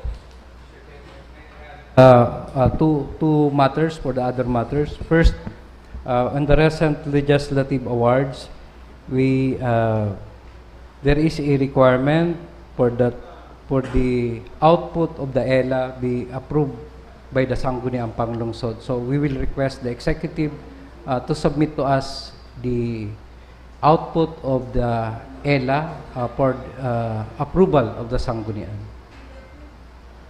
So may I move, Mr. Chair, to request the City Mayor's Office to submit to us the output of the executive legislative agenda, as well as the attendance of the said ELA. Any objection? There being none, the motion is approved. Another, Mr. Chair, could we request from our colleagues the submission of the individual legislative agenda? I understand that prior to the election, we make a legislative agenda. So may I request for its submission to the Sangguniang? Hadn't we declared that our legislative agenda would be according to the proposals and executive agenda of Mayor Lenny Robredo? That, Yes, Mr. Chair. The legislative agenda will be aligned Yes, with yes, the of course, Mr. Chair. 8-point finish line report. Yes, precisely, Mr. Chair. So, okay. Another, Mr. Chair, is the Gawad Galing Lokal na Batas. So, may we request to recommend a approved legislation to be submitted for the Gawad Galing Lokal na Batas for the term 2022 to 2025, to be recommended by the Sangguniang Panlungsod for the awarding ceremony on March in Manila. Okay, those who are or who were members of the 14th Sangguniang Panlungsod. Lastly, Mr. Chair, the budget hearing will start on November 27. November 27? Yes, we will just send the schedule for the... When is your target date of completion? We might as well as finish the budget hearing on December 12 for submission to the Sangguniang on December 16. And hopefully we finally approve on December 19 on our last session. Okay. No comment from the members?